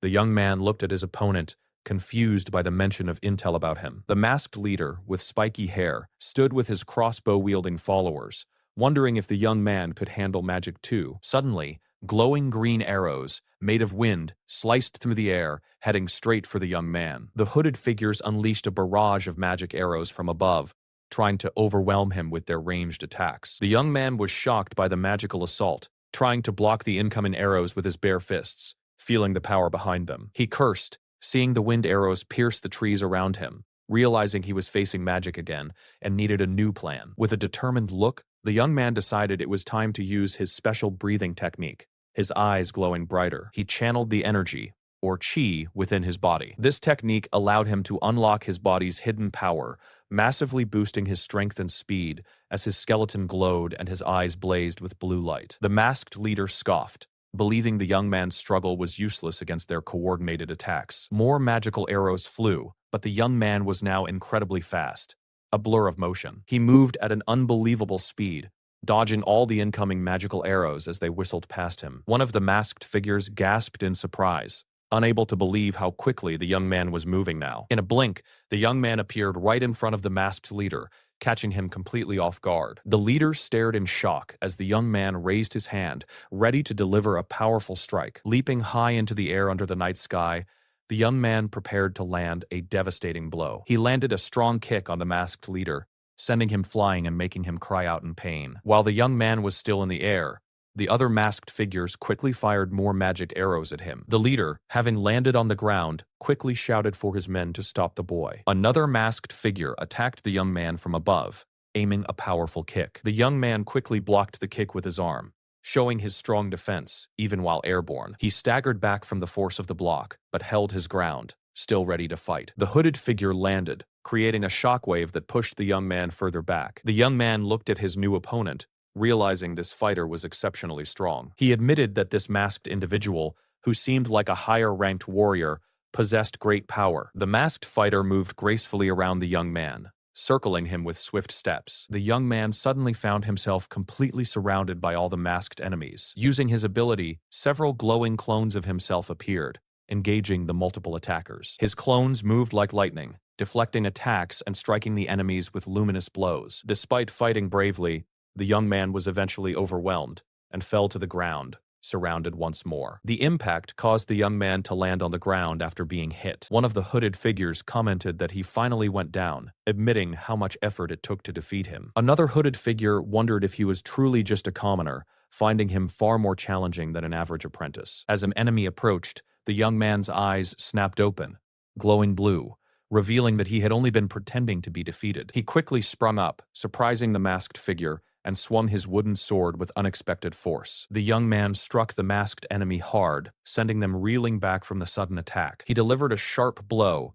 hitting a vital point on the surprised opponent. With quick thinking, the young man grabbed the fallen enemy's weapon and used it to fend off another attacker. He spun around, creating a burst of energy from the weapon, hitting another foe with a powerful strike. The blue-clad masked leader watched in disbelief, realizing the young man had been playing dead to trick them. The young man stood tall, ready for more, showing he was not easily defeated despite his injuries. The blue-clad leader admired the young man's impressive skills for someone so young. The young man questioned the leader, asking why he showed no concern for his fallen subordinates. The leader coldly replied that he cared nothing for trash, dismissing his defeated men without a second thought. The young man continued to move quickly, deflecting another incoming attack with the enemy weapon. The leader, impressed by his tactics, remarked that the young man was pretty smart. He then raised a large, dark hammer, saying he would have made the boy his disciple if it weren't for specific orders. The leader brought his hammer down, expressing his strange admiration even as he attacked. The masked leader swung his massive, dark hammer, wreathed in dark energy, preparing a crushing blow. The young man looked up in horror as the giant hammer descended rapidly towards him. The powerful strike caused a huge shockwave, violently shaking the surrounding forest. The young man cried out in pain as the force of the hammer sent him flying high into the air. He was flung helplessly upwards, soaring through the sky after the devastating impact. The masked leader gazed down at the falling young man, a dark, imposing figure against the night sky. He declared that while the young man's ability might exceed an apprentice, the boy was utterly outmatched against a higher-ranked fighter. The young man gritted his teeth, but the leader's eyes glowed with ominous purple energy, signaling another impending attack. The leader unleashed a massive blast of white energy, sending powerful shockwaves across the area. The ground fractured and debris flew as the intense energy attack struck the earth. The leader roared, gathering even more dark, swirling energy around himself, intensifying his power. Dark, shadowy tendrils erupted from him,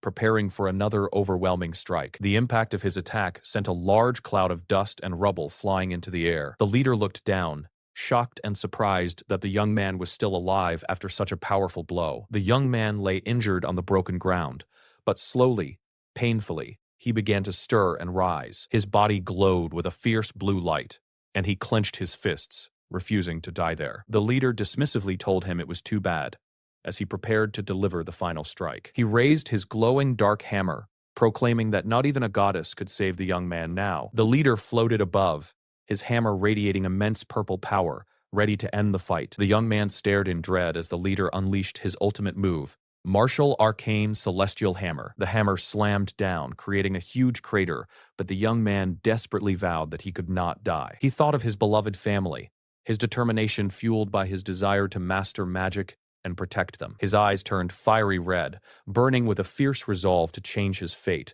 no matter what price he had to pay. With a powerful shout, a crimson aura enveloped his fist, and he declared that he would survive. The leader's dark hammer attack clashed with the young man's erupting red energy. A massive explosion of red and purple energy burst forth as their powers collided fiercely. The leader was stunned by the young man's unexpected power, as a huge, fiery explosion engulfed the forest. A colossal fireball erupted, leaving destruction and chaos in its wake. The young man lay on the ground, coughing, but remarkably, he was still alive. The masked leader, surprised, remarked that it felt like he was fighting someone of equal strength. He then understood the young man's true power and why a mysterious person was targeting him. Still resolved to win, the leader lifted his dark hammer again, ordering the boy to die.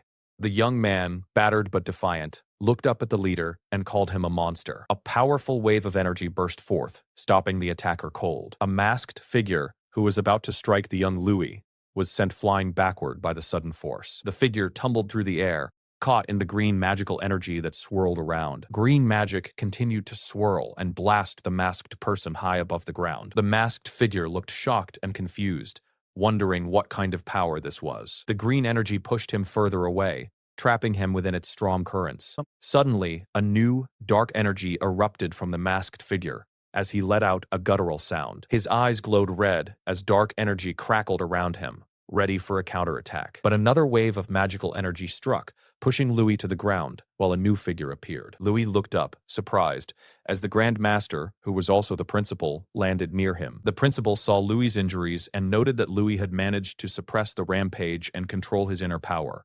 For now, he offered Louis a glowing green potion, telling him to drink it. Louis quickly drank the potion, looking at the principal with a mix of surprise and gratitude. As he drank, the masked attacker, now severely injured, used a last burst of energy. The principal looked sternly at the retreating figure, thinking of attacking an examinee of his academy and wondering who ordered this. The attacker, weakly on the ground, muttered, "Grand Master," and warned him not to think he could stop him. The principal looked down, his eyes filled with a dark purple glow. The dying attacker grinned widely, claiming that this was only the beginning. The attacker flew into a tree, creating a large splash of blood as he impaled himself. The principal watched the attacker fall, sternly declaring that no one attacks an academy student without consequence. The attacker, bleeding on the ground, tried to tell the Grand Master not to protect a monster. With a final gasp, the attacker collapsed in a pool of blood, completing his suicide. The principal wondered if this was the work of the Assassin Guild, considering the attacker's strange death. He hoped he was just overthinking things, then turned his attention back to Louis, noticing something amazing. Louis looked at the principal and asked if he just happened to pass by, hinting at the many times he'd been saved. He then asked why the principal always saved him. The principal replied that they would discuss it at Louis's home.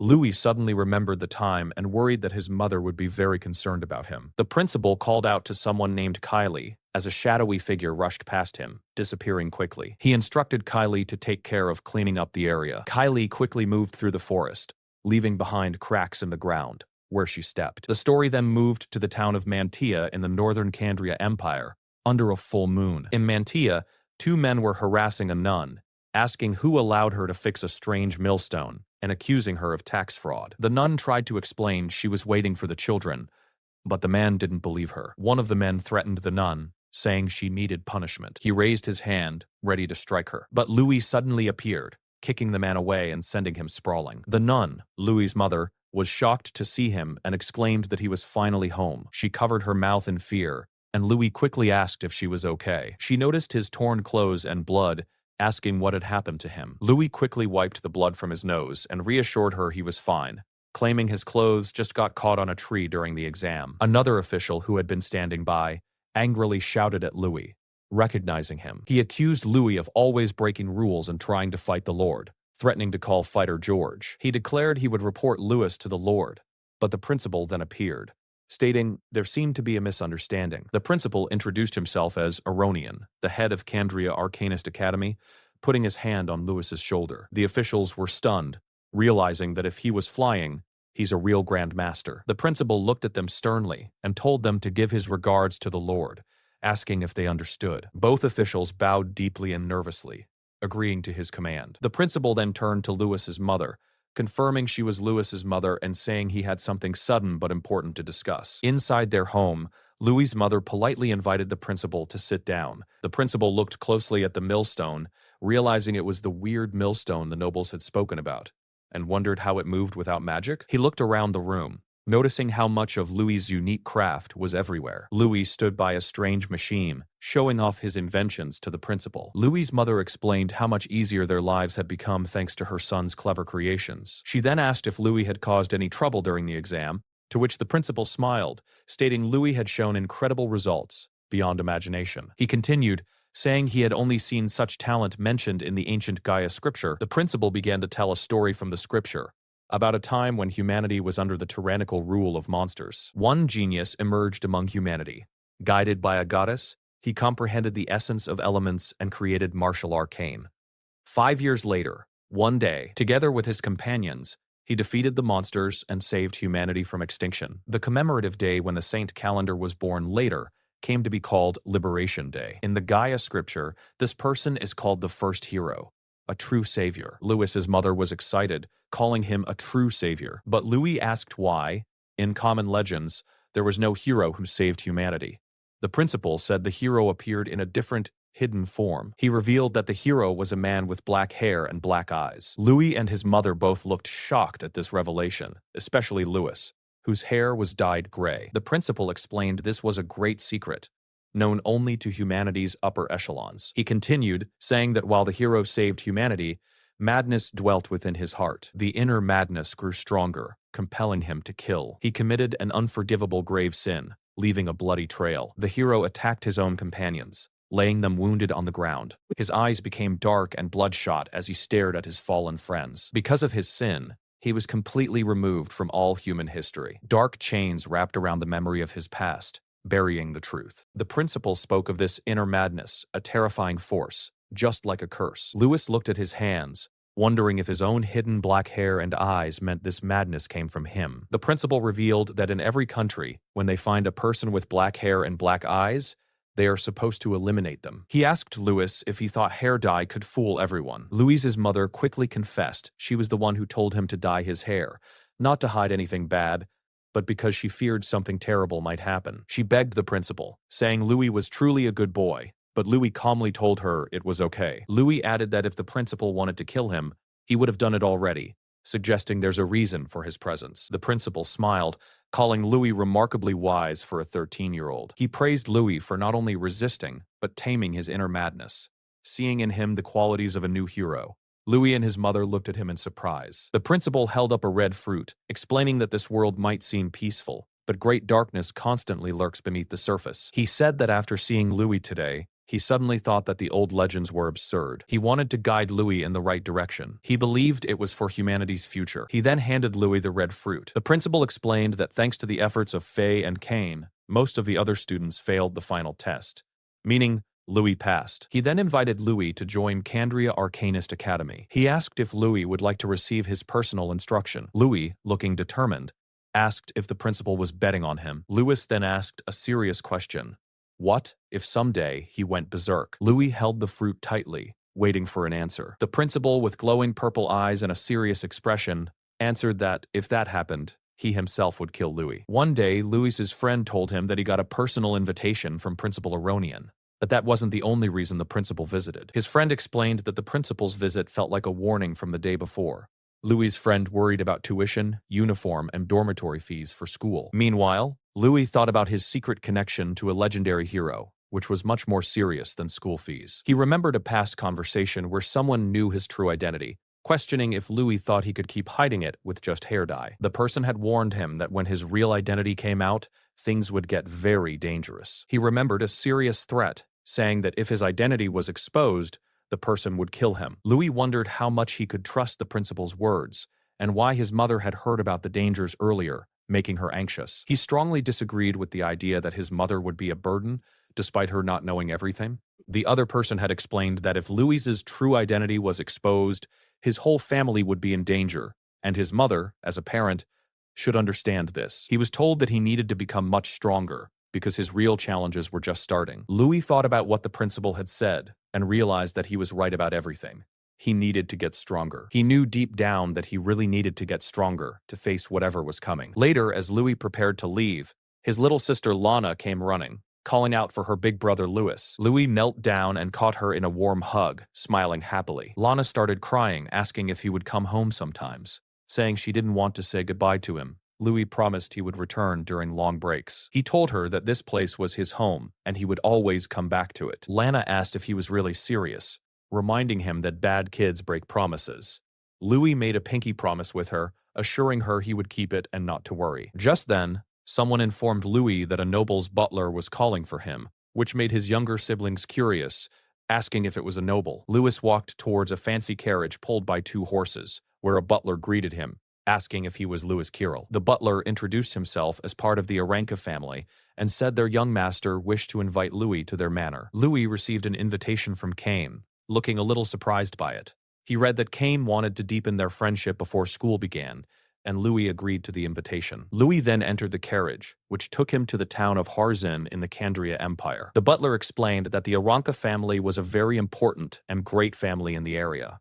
Louis looked up at the huge mansion with wide eyes. He added that even the entire town of Harzim had grown and become rich because of the Aranka family. He was amazed by the size of the house, realizing just how great and powerful this family truly was. Suddenly, Kane called out to him. Kane ran towards Louis happily, saying they would be classmates now. He also mentioned hearing about the scene Louis caused during the final exam. Louis told Kane that he only passed the exam thanks to him and someone else. Kane replied he would let that bet they made slide, but that was a separate matter. Kane then told Louis that he had the ability to pass the exam, especially since he had Faye's approval. Kane also mentioned they couldn't spar during the exam, so Kane declared he would have Louis be his opponent many times before school started.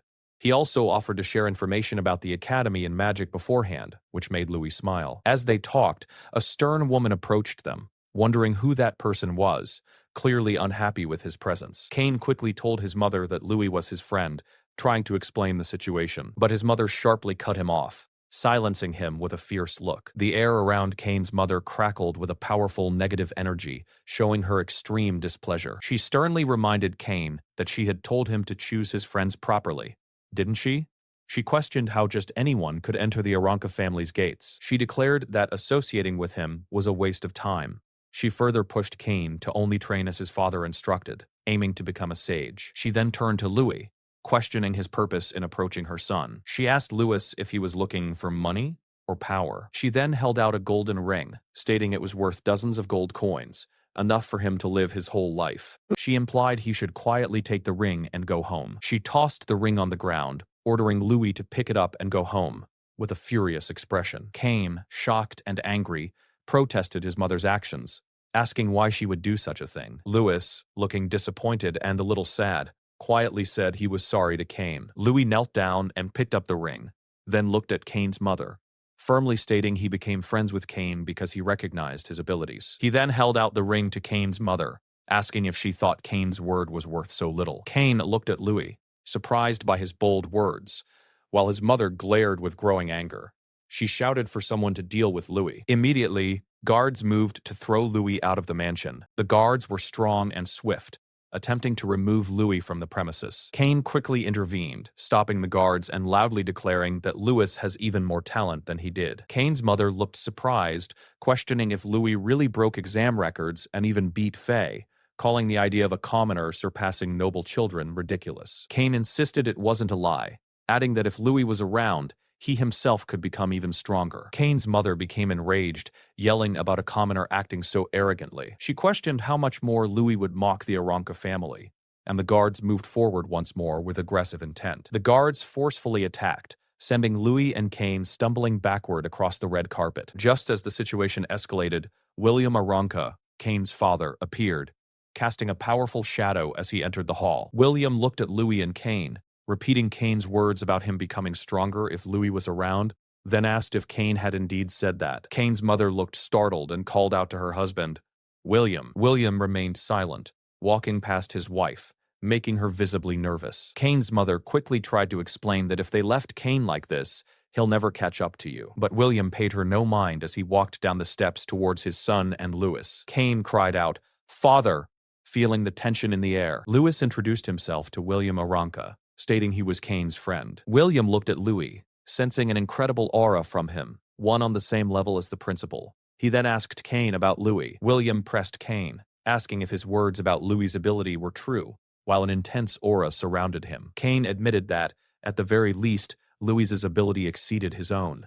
William's eyes glowed with an unsettling light. William then challenged Louis to prove it, unleashing a fearsome, glowing red tiger made of killing intent. This was William Aranca, head of the Frangda family, showing his true power. Louis looked shocked. Louis was stunned by the intense killing intent radiating from William Aranca. The ferocious red aura, like a giant beast, pressed down on Louis. Louis gasped, feeling like he couldn't breathe under the immense pressure. He sensed this man was. Louis gasped, realizing the intensity of the man's gaze, his eyes glowing red. He understood with dread that William seriously intends to. Louis braced himself, his stance firming on the red carpet. He understood with dread that William seriously intends to kill him. Louis looked up, his eyes glowing with determination as he prepared for the deadly challenge. The young man holding a dagger understood that speed was the most important weapon in martial arts. He knew that speed wasn't just about moving fast from one place to another. It also included quick reactions and making smart decisions very fast, as shown by other fighters in the training ground. His natural quickness worked especially well with wind magic, which enhanced his dagger skills. Julian told Kane that thrusting techniques with daggers were very hard to master. He explained that Kane's father might have stopped at the Grandmaster level because of how difficult these techniques were, suggesting Kane should change his fighting style. Julian asked Kane if he was ready to switch to a new, specialized combat style. Kane seemed ready. Kane confidently declared that he was not like other spoiled nobles and would do anything to be truly free. Julian was impressed by Kane's words and reminded him that the main rule in fighting is to always keep moving. He added that knowing when to step back is also important, and suggested they show Kane's father what he could really do. Both boys looked determined, ready to prove Kane's new abilities and strong will. They began their training, leaping into the air with daggers, as Kane's father watched them intently. Green wind magic swirled around them, making them even faster as they prepared to attack. They moved with incredible speed, leaving trails of green light behind them as they flew through the air. Kane's father watched with a serious expression, while another man next to him seemed to be speaking to him. Julian, powered by the wind magic, skillfully attacked from above with his dagger. Kane also launched a rapid attack, aiming towards his father with quick movements. Multiple images of Kane and Julian appeared, showing how quick and flexible daggers could be in a fight. Kane was focused, thinking about how to use the dagger's advantages to their fullest potential. He combined his dagger skills with a martial art called the butterfly step, moving gracefully like butterflies around his target. Kane's father noticed the sudden increase in speed, surprised by how fast the boys were moving. Clones of Kane and Julian zipped around the father, striking him from all sides with enhanced speed. Julian continued to use wind magic, flying through the air with his daggers. He performed an aerial attack, diving down with his dagger as his clones attacked from different angles. Julian felt his body and daggers become incredibly light, making his movements smoother. He was amazed by this strange new feeling that made him feel so weightless. Julian felt as free as a bird, as if he had grown white wings, soaring through the air with his daggers. He loved this new fighting style, which was a perfect blend of daggers, martial arts, and wind magic. His dagger glowed with a bright green aura, showing the powerful wind magic he was now using. Kane's father watched on, surprised and a little shocked by Julian's newfound prowess. Julian, full of energy, realized he had found his true way of fighting. He declared this new style as his own martial path, continuing his rapid assault. The father let out a soft sound, bracing himself for the boys' combined attacks. He then unleashed a powerful red energy, pushing both boys back with a strong force. The father looked angry, thinking about Kane turning away from the traditional family fighting techniques. He believed it was foolish for Kane to try and prove himself by abandoning their clan's ways. However, Kane and Julian quickly recovered, jumping back into the fight with their wind-enhanced speed. Kane urged Julian to accelerate, and Julian quickly agreed, preparing to boost their speed again. Julian cast wind magic, accelerate once more, making them even faster as they moved. Their daggers glowed with green energy as they crossed, aiming towards the father with renewed vigor. The father watched them with a serious expression, carefully observing their movements. Cain and Julian attacked the father from all directions, striking with incredible speed. The father easily blocked their strikes, asking if that was all they had, as his hands glowed with red energy. He then quickly grabbed Cain's dagger with his bare hand, empowered by the red aura. Seeing this, Julian smartly pulled back, retreating from the father's reach. The father called Julian a coward for retreating, unaware of the deeper strategy. He then leaped into the air, ready to strike Cain down from above. Cain, remembering a lesson, knew that retreating was not a sign of weakness. He realized that a retreat could simply be a setup for the next attack, as he subtly shifted his foot. Julian, having strategically retreated, quickly turned and launched another attack at the father, linking his retreat to a powerful follow-up. He continued his quick and nimble attacks, keeping the father on his toes. Julian then used wind magic tornado to create a swirling attack, aiming at the father. The father looked surprised by the new move, preparing to defend himself. Cain and Julian then both leaped at him, ready to strike together with all their might. After the fight, Cain explained a baseball technique called a change-up to Julian, who seemed confused. Cain demonstrated the technique, telling Julian to take this as he showed him a deceptive move. Cain made a quick, tricky move with his dagger. Julian quickly grasped the idea, reacting to the deceptive attack. Cain explained that a change-up tricks opponents by changing speeds, making even simple movements seem like feints. He added that if an opponent's reaction is delayed even a little, they can be overwhelmed by using the dagger's speed to its fullest. Cain and Julian then showed this strategy, moving incredibly fast and attacking their father from many directions. The father, surrounded by their illusions, was struck by their fast, tricky attacks. One of Julian's illusions appeared to move slowly, presenting an easy target. The father dismissed this slow attack as meaningless, falling for the deception. But it was a trick. Julian's real attack came in at lightning speed from a different angle. The father was caught off guard and struck by the quick attack, having been fooled by the earlier slow movement. The dagger hit the father, glowing with light. Cain and Julian landed skillfully, having successfully completed their combined attack on the father. The father, now with a look of approval, announced that the spar was over. He called out to Cain, his voice carrying a sense of pride. The father stood tall, acknowledging the impressive display of skill from the boys. Julian looked both surprised and relieved that the intense training was finally over. The father told Cain not to shame the Aranka family name, to which Cain responded with a firm promise. Julian smiled brightly, happy with the outcome, as the other man called the father Master. The father thought about their fighting style, continuous close-range dagger strikes and a hit-and-run approach. He also noted their clever use of feints and varied speeds in their attacks. The father found the idea of retreating as a tactical move, not a weakness. He found their new combat style fascinating, surprised by what he had learned from them. Cain smiled, realizing it had been a great chance to spar with a Grand Master, and it was now finished. He was overcome with joy, saying it was the best feeling ever that his father had finally acknowledged him. Julian happily put an arm around him. Julian then happily invited Cain to come with him, saying he wanted to give him a special gift. They arrived at the Aranka family library, which was huge and filled with countless books. Cain was astonished by the sheer number of books. He thanked Julian, saying he wouldn't have discovered his path so fast without his help. Julian humbly accepted Cain's gratitude for helping him. Cain opened the box Julian handed him and was shocked to find valuable books and a bag full of gold coins inside. Julian explained that the box contained books about the Candria Arcanist Academy and rare magic books that common people rarely get to see. He told Cain that reading these books, which covered basic magic theory and mana attributes, would definitely help him, as the Academy's curriculum changes each year. Julian added that the Academy usually divides its studies into magic and martial arts, and all new students must undergo a magic awakening ritual. Cain asked about the ritual. Julian explained it was a ceremony to sense elements through the statue of Gaia, and he had done it at a church temple. Julian mentioned that even noble family members had to pay 10 gold coins for the ritual outside the Academy, which was an enormous amount of money. Cain worried about having to pay at the Academy, but Julian assured him it was free there, which is why so many people wanted to join. However, Julian noted that living costs and book rental fees at the Academy still added up to a fair amount of money, though students could also use credits. Julian insisted that Cain accept the gift of books and money without hesitation, promising to help him whenever he was in trouble. Cain took the box and asked if this generous gift settled the promise they had made earlier, and Julian agreed. Cain then realized he needed to start earning money. He wondered if the library had any books about becoming a magic pharmacist, a job Julian said paid well. Suddenly, a brilliant idea sparked in Kane's mind. He realized he could invent things using knowledge from his past life to quickly make money. He then asked Julian if the Aranka family had any connections with merchant guilds, which made Julian curious. Kane put a finger to his lips, winking, and said it was a secret, but Julian would eventually find out.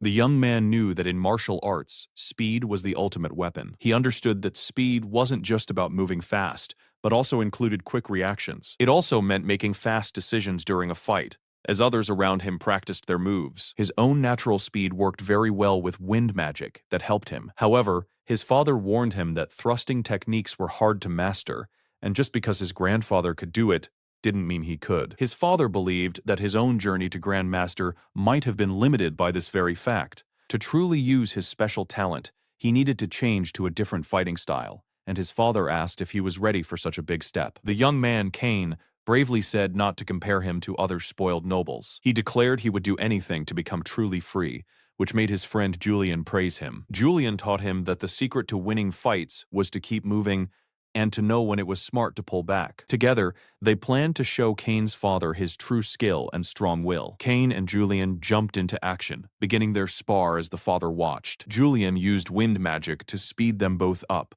making them move very fast. With the wind magic, they both leaped high into the air, moving quickly against their opponents. Another person, likely a servant, called out to the father, surprised by the sudden action. Julian used his dagger in a swift, curved attack, empowered by the wind. Then Kane quickly spun and attacked another opponent, moving with impressive speed. Kane realized that daggers were very fast and easy to handle weapons. He decided to use their best features to the fullest. He combined his dagger skills with combat moves like the butterfly step, martial art, moving gracefully like a butterfly. Kane aimed to be faster than his opponent's reaction time and hit with full force in a small space, surprising his father. He was a blur of motion, surrounded by blue light, attacking the father and others from all sides. Julian used more wind magic, creating green gusts around him as he moved. He performed an aerial attack, hitting an opponent from above. Julian felt his body and dagger become incredibly light. This new feeling was amazing, almost magical. He felt like a bird,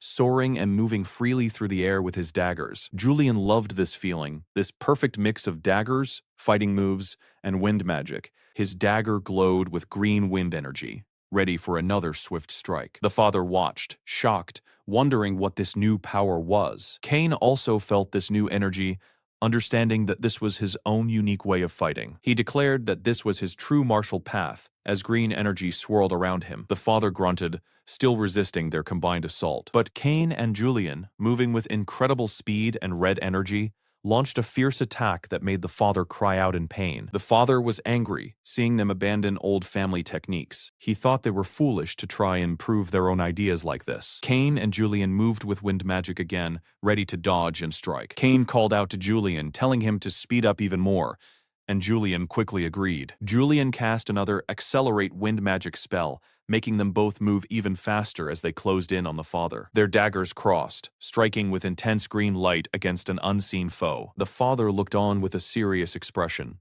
ready for their next move. Kane and Julian worked together, circling the father with green wind, making it hard for him to land a hit. The father, now using dark energy, challenged them, asking if that was all they had. His hand glowed with dark energy, pushing back against Kane's dagger. Kane quickly dodged the father's attack, moving swiftly through the air. The father, angry, called Kane a coward for moving away. He charged downwards, trying to stomp on Kane, but Kane confidently told his father that retreating wasn't a sign of weakness. He explained that just like pulling back a fist, it was simply preparation. Retreating actually led to the next attack, setting up another strike against the father. Julian swiftly moved, using his dagger in a circular motion to strike the father. Then Julian used a powerful wind magic spell called Tornado. The father watched, surprised, as Kane and Julian prepared their next coordinated attack. Kane and Julian screamed, charging forward together, ready to hit their target. Kane explained that there's a baseball technique called a change-up,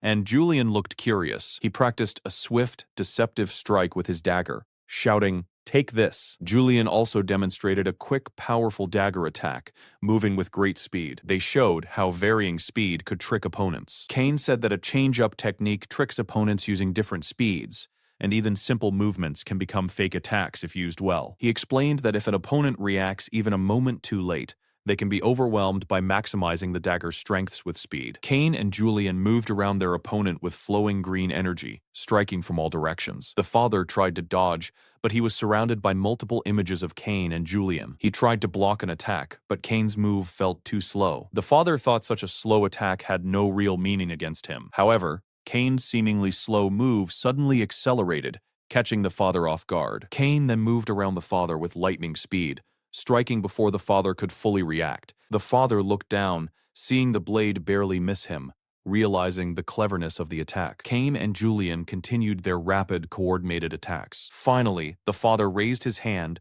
and declared that the spar was over. Cain and Julian stopped, looking at the father. The father stood tall, looking at them intently. Julian looked nervous, wondering what his father would say. The father told Julian not to shame the Aranka family name, and Julian quickly agreed. Julian smiled, feeling proud, while the other man asked if he had become a master. The father reflected on their fighting style, noting their precise close-range dagger strikes and their effective hit-and-run tactics. He also recognized their clever feints that used variations in speed, and he was especially intrigued by the new idea of retreating as part of an attack. The father found their new approach very interesting. He was surprised to think that he could learn something new from children, realizing the spar with the Grandmaster was indeed finished. Cain was overjoyed, feeling his father had recognized his abilities for the very first time, making it the best feeling in his entire life. Julian put his arm around Cain and enthusiastically said they should go because he wanted to give Cain a present. They arrived at the Aranka family library, which Cain found impressive for a great family. Cain was amazed by the sheer number of books in the library. Julian told Cain that he couldn't have found his path so quickly without his help. Julian then presented Cain with a box full of valuable books and money. Cain was surprised by such valuable gifts.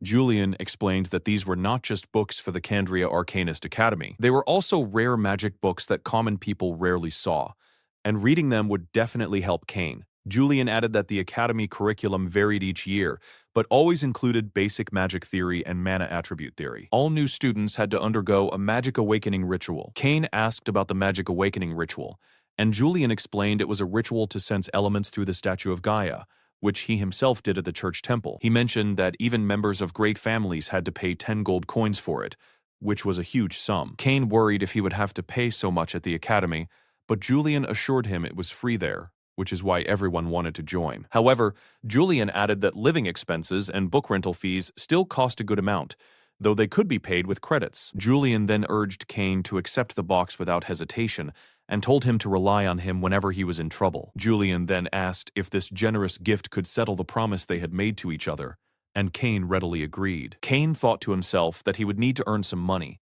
recalling Julian mentioning that magic pharmacists could earn well, and wondered if there were books about it in the library. Suddenly, a bright idea struck Cain, like a light bulb turning on above his head. He realized that if he invented things using knowledge from his past life, he could make money quickly. And then he asked Julian if the Aranka family had connections with merchant guilds. Julian, surprised by the sudden question, asked why. Cain winked, put a finger to his lips, and said it was a secret, but Julian would find out eventually. 1 week later, the day of the Candria Arcanist Academy entrance ceremony finally arrived. A young man made his way through the grand entrance doors. Many new students walked towards the ceremony hall, feeling excited for their new journey. Louis Kirill, our main character, also joined them, feeling the day had finally come. As Louis walked along with the other students, his steps were confident. Other new students followed behind, heading to the entrance ceremony. Another student nearby paused, taking a deep breath and noticing a unique scent. He wondered if it was a new, popular cologne Louis was wearing. The student thought that, judging by the expensive smell, Louis must come from a very wealthy family. Louis, however, just kept walking, not paying much attention. Suddenly, a cheerful girl named Rose from the 150th class greeted Louis warmly. She congratulated him on getting into the academy. Rose then offered to show Louis around the academy. Louis politely accepted, saying that would be very helpful. Louis introduced himself as Louis Kirill. Rose, looking pleased, told him to follow her as they continued walking together. Rose then mentioned she had never heard of the name Kirill before, and asked if he might be a noble's secret child. She then began to explain the academy's true nature. She explained that for the past 2 years, ever since the emperor grew old, things had become complicated. It seemed the emperor's age was causing a shift in power. Inside the academy, the emperor's children and the powerful noble families were constantly fighting for influence. Rose explained that while Principal Aronian tried to keep things calm on the outside, a big struggle was happening beneath the surface. Rose continued, revealing that behind the peaceful facade there was a fierce battle for good school resources. She warned that even though regular students could succeed by passing classes, getting targeted or failing to earn credits could lead to expulsion. She further explained that the academy was a tough place where students could easily be targeted. Louis listened carefully, understanding the risks. Rose then gently poked Louis's chest, telling him that many people were watching him, so he should do his best. She quickly changed the subject. She then asked Louis about his family, specifically who they supported in the ongoing power struggles. Her questions seemed probing and direct. Louis looked surprised by her sudden, personal question. He seemed a little flustered, unsure how to answer. Before Louis could answer, another student interrupted, introducing himself as Brian. He addressed Louis as the commoner freshman who broke the entrance exam record. Rose was shocked to hear Louis was a commoner, given the expensive scent she smelled. She looked visibly annoyed by this revelation. Rose, now irritated, muttered that meeting Louis was a waste of her time and stormed off. She clearly had expectations based on his perceived status. Louis, still standing with Brian, simply smiled and greeted him.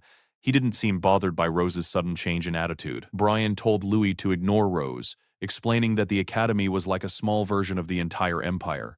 He extended his hand, and they shook hands. Brian warned Louis that there were many people like Rose in the academy. He added that as a commoner, Louis might have a difficult time fitting in. Brian then waved goodbye, saying he would go greet the other new students. He left Louis with a friendly parting gesture. As Brian walked away, he told Louis to call him if he needed anything at all. Louis watched him go, pondering his words. Brian walked off towards the new student reception area, his expression turning serious.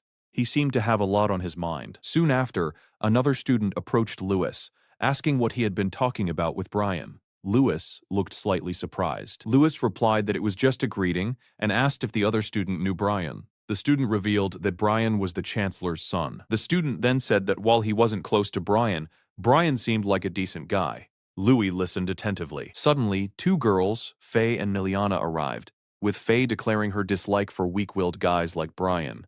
Louis's companion pointed out that Faye said that about everyone, practically insulting him too. Faye and Miliana greeted Louis, and Faye stated that if he was as strong as Louis, she might acknowledge him.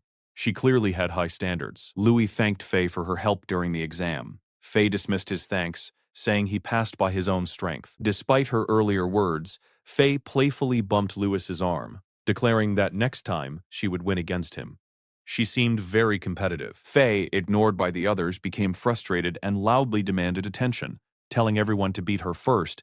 She then called the other students weaklings as she walked away, startling her companions. Miliana gently pulled Faye, suggesting they go finish their registration. Faye, still fired up, insisted that they would see her true strength later. Later, Brian approached Louis and handed him a heavy pouch, telling him it was his share. Louis was surprised to find it contained so many gold coins. Brian explained that the money was from following Louis's instructions. He then questioned Louis about the new perfume, asking if that was his secret. Brian admitted the perfume smelled nice, but doubted if it would really make a lot of money. He seemed skeptical about its commercial success. Louis confidently told Brian to try selling it and see for himself. Brian then confessed he never thought it would sell for such a high price. Louis, with a mischievous smile, said he would give some of the perfume to his mother. Brian, impressed, remarked that Louis was full of ideas and wondered about his clever mind. Louis quietly asked Brian to keep their business venture a secret between them. Brian readily agreed, and they walked toward the new student reception area. An older gentleman handed Louis a credit card,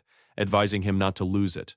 He expressed his hope that Louis would become a master soon. Meanwhile, other students whispered about Louis, calling him shameless for getting into the academy with help. They also criticized the school for allowing it. They also mentioned that the principal had expelled Sheath for Louis's sake. Brian then revealed to Louis that Sheath was the one who hired assassins to kill him. Brian explained that the academy found out about Sheath's actions and immediately expelled him. Louis, hearing this, realized Sheath was indeed the culprit. Louis looked at the embedded weapon with a serious expression. He seemed unfazed by the direct threat. Brian then warned Louis that Sheath has an older brother named Jess. He worried about what Jess might do in revenge. Brian urged Louis to stick close to him, as there was no telling what Jess would plan next. He felt it was important to stay safe. Nearby, Jess, Sheath's older brother, was speaking with someone. His companion suggested they should just let things go. However, Jess smirked, declaring that the fun was just beginning. He intended to make Louis savor despair slowly. The scene then shifted to the Candria Arcanist Academy Grand Hall, where the new students had gathered for the main ceremony. The hall was filled with many excited faces. The principal welcomed all the new students to Candria Arcanist Academy. He told them to be proud of themselves for overcoming many challenges. He continued, reminding them that making it to the academy was just the beginning of their lives. He encouraged them to study hard and aim to become truly powerful. The principal wished them to find their own path at the academy and one day become strong pillars of the empire. All the students listened with mixed emotions. Next, the principal announced it was time for the entrance speech from the freshman representative. He called Neil Gunn up to the stage. As Neil Gunn walked barefoot onto the stage, a sense of unease spread through the audience. His presence was immediately striking. The students were shocked to see the commoner who took first place on the exam appear shirtless. They wondered what he could possibly be thinking. Many students gasped, noting the intense, almost killing intent coming from him. They questioned why he wasn't wearing proper attire for the ceremony. Even the principal looked surprised by Neil's unconventional appearance. Neil then suddenly shouted at the new students. Neil Gunn stood shirtless on the stage, gripping a large, formidable weapon. His body was scarred, and bandages wrapped his arms. He loudly declared his shocking goal, to beat every single student until they were utterly terrified. The entire hall fell silent in disbelief. The students in the audience looked stunned and confused by his aggressive declaration. Murmurs began to spread through the crowd. Many students angrily questioned Neil's audacity, saying he couldn't act like that just because he came in first. They called him a savage brute. Neil yelled back, telling them to shut up. He called them weaklings who only talked big. One of the academy staff members expressed their discomfort at having to deal with such a troublesome student. Others nearby felt sick and considered quitting already. Neil then pointed his weapon directly at Louis, declaring him his main target. His eyes burned with challenge. With a powerful motion, Neil hurled his massive weapon across the hall, aiming it toward Louis and the area where other students stood. The students scattered in panic. The huge, axe-like weapon spun through the air with incredible force. Its impact was imminent and threatening. The weapon crashed into the floor near Louis with a loud bang, creating cracks and shards of stone. It embedded deeply into the ground. Louis and Brian watched as the giant weapon stood impaled in the floor. The force of the throw created a large crater around it. Louis Carril looked at the embedded weapon with a serious expression. He seemed unfazed by the direct threat. Neil Gunn then dramatically stepped onto the hilt of his weapon, balancing himself. He stared directly at Louis, standing high above the ground on his weapon. Neil Gunn looked down at Louis. The entire hall was silent, observing their intense standoff. With a fierce grin, Neil Gunn declared his challenge directly to Louis. He stated that the two of them were going to fight. A shirtless young man, Neil, stands on his weapon, ready to fight another student during the entrance ceremony. He declares that they are going to fight. Someone shouts, trying to stop the fight because the entrance ceremony is still happening. Neil challenges Louis and his friend, asking if they are scared. Looking down on them, he calls Louis's friend a loudmouth. He then mocks them, implying they are all talk and no action. Louis's friend, Brian Senpai, looks angry and upset by Neil's words, thinking everyone is the same. Louis's friend, driven by anger, lunges forward, preparing to throw a punch. Louis quickly steps in and blocks his friend's punch with his own hand. Louis calmly tells his friend to settle down and not fight. Neil, still standing on his axe, continues to provoke them, calling them cowards and showing he doesn't mind taking both of them on. Another student named Brian steps in and tells Neil and Louis that as two of the few talented commoners here, they should try to get along. Brian warns Neil that acting so selfishly will not allow him to last long at the academy, but Neil simply tells him to leave. Neil looks down on Brian, stating he is not interested in small fry, and Brian looks shocked and offended. Other students murmur, showing displeasure and wondering why they were even allowed to enroll. The murmuring students point out that commoners like Neil have no manners. Neil smiles darkly, agreeing that some people only learn things the hard way, and seems ready to continue the fight alongside his friend. Neil continues to look aggressive, still ready for a physical confrontation. Suddenly, a teacher appears and loudly reminds everyone that student-on-student fights are prohibited. Neil, looking toward the teacher, seems defiant. The teacher explains that matches are only allowed during specific classes, tests, or official tournaments, and a teacher has to be present either way. He gestures toward Neil, who is still standing on his weapon. He sternly warns that anyone who breaks this rule will be immediately expelled, making sure everyone understands. Neil lets out a laugh, realizing that getting expelled would be a big problem, and decides to put the fight on hold for now. Neil, after lowering his axe, glares at Lewis, signaling that their conflict is not over. Neil stares intensely at Lewis Carroll, promising to wait for him. The teacher then announces that the entrance ceremony is officially over, giving the students the rest of the day free but reminding them to be on time for classes tomorrow. Louis wonders why Neil suddenly picked a fight with him, and his friend, the blonde boy, blames the muscle-brained girl who is also with them. The girl, annoyed, hits the blonde boy on the head, telling him he is an idiot and admits that it was partly her fault for getting them close to expulsion. She explains that she had fought Neil during their final exam. Their match had ended in a draw because they ran out of time, but Neil had heard rumors that she lost to Lewis. She says Neil has been dying to fight Louis ever since, and it's a good thing their potential brawl was stopped. Louis assures her he would not have blamed her. Louis suggests they move on from the scene. As they walk away, other students watch them with unfriendly looks, making Louis feel like they are already disliked. Louis realizes that they have quickly become quite hated at the academy. Next, the group arrives at the academy shop, a large building in the school grounds. Louis is shocked by the incredibly high prices of everything inside the shop, especially compared to the shop assistant's cheerful demeanor. A shop assistant happily shows them a fluffy feather pillow, calling its price of 30 silver coins a real bargain. She then presents an herbal pillow filled with magic herbs, explaining it helps with sleep and meditation, and costs 5 gold coins, which further surprises Louis and his friend. Lewis's blonde friend explains that these are basic necessities, and Lewis painfully realizes how important money and credits are in this academy. Louis is glad he made some money earlier by selling perfume. He needs to find more magic potions for his training, and decides he will send the rest of his money to the orphanage. Lewis thinks about ways to earn more money,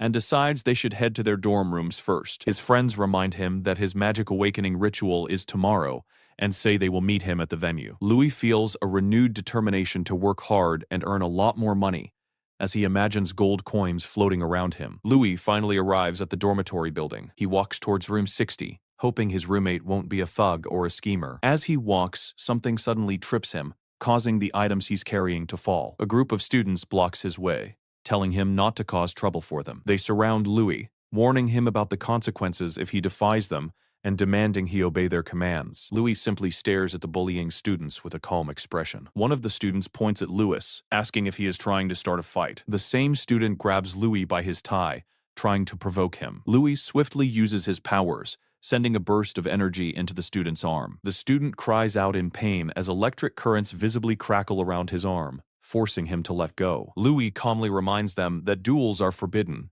and asks if they want to get expelled. The other students quickly say they haven't done anything yet. The student whose arm was shocked throws a punch at Louis, claiming it is self-defense because Louis hit him first. Louis easily dodges the incoming punch. The misguided punch hits another student, who stumbles and falls to the floor in surprise. Louis looks around innocently, asking when he supposedly hit anyone. The student who threw the punch and the one who was hit are both confused about what just happened. Louis then subtly kicks the student who initially grabbed his tie, sending him flying backward. The student crashes to the floor, groaning in pain, while others look on in shock. Chaos erupts as more students fall and bump into each other, completely confused by the strange turn of events. Louis appears to use his power again, causing another student to feel a jolt. The student clutches his chest, looking terrified as energy crackles around him. Another student is tripped by an unseen force, falling clumsily to the ground. All the students who were bullying Louis are now lying on the floor. The fallen students start arguing and blaming each other, denying responsibility for the mess. They angrily point fingers, accusing one another of causing the commotion. Louis smiles, telling them not to blame others just because their own bodies are acting weird, and addresses one of the students as senpai. The student Louis first shocked, who now realizes Louis's trick, angrily calls him a monster. The scared students on the floor wonder what Louis will do to them next, while Louis responds with a shadowed expression, questioning the term monster. As Louis stands over the downed bullies, a new student with purple hair steps forward. Louis looks at the new student with a surprised expression. The purple-haired student suggests they stop the fight, warning that if the school finds out about the brawl, everyone will be in trouble. Louis responds by asking if the new student is telling him to leave it at this, right? The bullies quickly realize that Louis is not a normal person and run away in fear, while the purple-haired student offers to go see the principal together. As the main bully runs off, he yells back that Louis will pay for this, revealing that he is Louis's roommate. Louis calls out asking his new roommate for his name. The purple-haired student doesn't answer verbally, but gestures silently towards his luggage. Lewis sees the name Kara Candice on the luggage tag and recognizes the name from before. Kara quickly walks away, still ignoring Louis. Louis is left standing alone in the hallway after Kara leaves. Louis thinks to himself that Kara isn't just shy. He completely ignored him, suggesting he is definitely the type who gets bullied. He reflects on his eventful first day and hopes that tomorrow's magic awakening ritual will not bring any more crazy incidents. Later, in a dimly lit grand hall, two shadowy figures sit on the floor, seemingly performing a ritual near a statue. These mysterious dark figures stand over a glowing magic circle, suggesting that something significant is about to happen. Many students gathered in the grand temple of the Camdoria Arcanist Academy, a place filled with ancient power. Among them, a silver-haired student named Louis and his purple-haired friend looked around in awe. Louis gazed up at the magnificent statue, wondering if this was the goddess of their world. A robed instructor confirmed it, proudly announcing that the students were in the presence of the great creator, Goddess Gaia. The instructor began to tell the story of long ago, when Goddess Gaia first existed. Goddess Gaia once created a peaceful world where both humans and mighty monsters lived together. But over time, monsters became too strong. Powerful dragons began to rule the skies, showing off their overwhelming natural strength. Huge behemoths took control of the land, asserting their dominance everywhere. And in the deep waters, the enormous krakens ruled the seas, completing the monsters' reign. A brutal fight for power began among these giant monsters, making the world a very dangerous place. Their endless battles soaked the world in blood, causing countless humans to die in the terrible chaos. Images showed monstrous creatures slaughtering humans, their fierce eyes glowing red as bodies lay scattered. Seeing the terrible suffering of humanity, Goddess Gaia was filled with immense anger. So she decided to give her special blessing to the humans, who had no magical power of their own. Because of her blessing, humans learned about the four core elements of their world: water, earth, wind, and fire. And from this knowledge, they created martial arcane. After fighting many difficult battles, humans managed to survive and avoid being completely destroyed. They rose up to become the new rulers of this world. And now, the instructor said, the students would also receive the goddess's blessing. This blessing would help them awaken to the true power of this world, the power of magic. Louis listened intently, noting that the instructor still hadn't mentioned anything about the legendary first hero. He looked on with a thoughtful, somewhat annoyed expression. The instructor then called out to Louis and his companion, instructing them to stand on a specific side of the hall. He directed them to sit down on two designated spots on the floor. The instructor explained that if they had a talent for magic, they would be able to sense the elements, but Louis seemed troubled. He continued with a harsh tone, stating that if someone was trash and couldn't sense anything, they had no value. The instructor glared directly at Louis, emphasizing that the academy had no use for those without talent. The chapter title appeared, followed by the instructor announcing that the awakening ritual would begin very soon. He then told everyone else to quickly take their seats, while Louis wondered if the teacher truly disliked him. Louis watched the instructor, who continued to speak about the fundamentals of magic. The instructor stood before the goddess statue, explaining that the four great elements, earth, fire, wind, and water, were the very foundation of this world.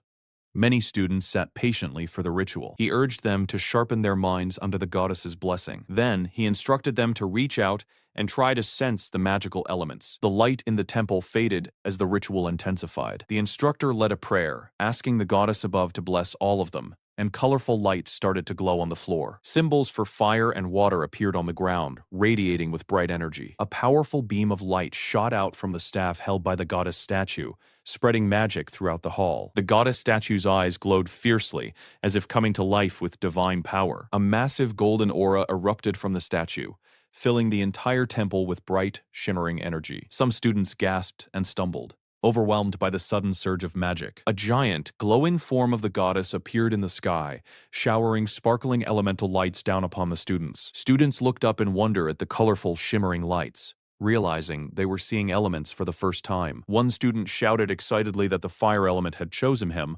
while another was disappointed to find the water element chose him instead. Suddenly, another student cried out in shock as a powerful red energy erupted around him. A fierce fire aura exploded from that student, swirling with incredible intensity. Other students were utterly astonished, realizing this one student had manifested two different elemental attributes. They wondered how this commoner could control magic so easily. seemingly effortlessly. The student with two elements began to laugh maniacally, his eyes glowing red with overwhelming power. He reveled in his strength, completely surrounded by a powerful burning aura. He declared that the elements would now obey him, showing his complete confidence and mastery. The student stood, radiating with golden and fiery energy, filled with pride. He then looked towards Louis, saying that someone who couldn't even awaken their powers could never be his rival. He challenged Louis not to disappoint him, while another student nearby wondered if Louis was also about to awaken a strong element. However, Louis sat there, sensing nothing.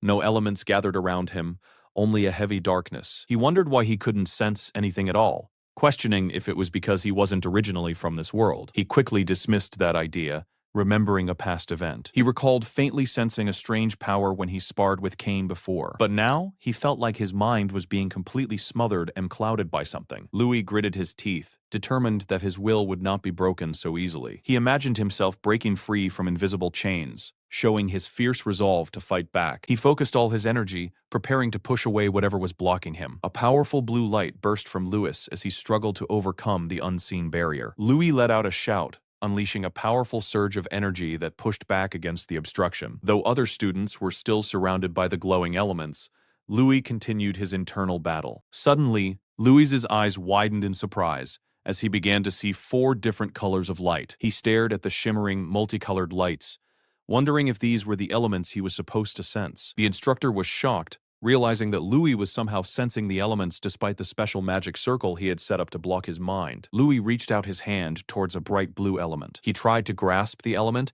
but it seemed to slip right through his fingers. He felt confused, able to sense the elements but unable to physically touch them. Louis strained, feeling as if he was pushing against a heavy, invisible force. He grimaced, finding the situation deeply frustrating. The instructor revealed that even if Louis escaped the mental block, he was still bound by a confinement circle, a special magic circle designed to block the flow between spirit and element. He further explained that a magic forbidden orb, an item that weakens the connection between people and elements, was also in play. The instructor then smirked, saying that there were many people determined to completely crush Louis. He told Louis that if he wanted to blame someone, he should blame himself for making so many enemies, and added that he couldn't back out now. The instructor showed off the glowing rings on his fingers, telling Louis to simply sit there and despair until the ritual ended. As the ritual continued, the bright day turned into a quiet night, with the moon high above the academy. Louis and his companion still sat, his friend noting that the 2 other students were still struggling. The instructor mocked Louis. Another student commented on Louis being a letdown, but the instructor advised paying attention to Neil instead. Louis's companion looked intently at the floor beneath them. Louis, noticing his friend's focus, asked what was wrong with the floor. His companion, with a serious face, told him it was a trap. Louis immediately stood up, his expression hardening with determination. He slammed his fist down, shattering the floor beneath him with a powerful blow. Louis looked down, surprised by what he had uncovered. Beneath the broken floor, a glowing purple magic circle was revealed, making Louis wonder what it was. His companion pointed at it, exclaiming that it was the item, likely referring to the magic forbidden orb. Louis looked back at him, understanding. Louis gave a small, grateful smile to his companion, thanking him for the help. He then wondered why such a specific item was placed there, questioning if it was just a strange coincidence. Louis's gaze sharpened as he thought about the deeper meaning, while the instructor watched them from a distance. Louis declared that, whatever the truth, the real challenge was just beginning, his eyes glowing with renewed resolve. He stood tall, no longer bound, as elements now freely gathered around him. Streams of colorful elemental energy rushed towards Louis from all directions. A powerful, multicolored vortex of elements began to swirl intensely around him. Other students watched in shock, calling the vortex strange and comparing its power to Neil's, wondering what was happening with these commoners. Louis stood confidently within the vibrant, swirling elemental energy, finally having fully awakened his true power.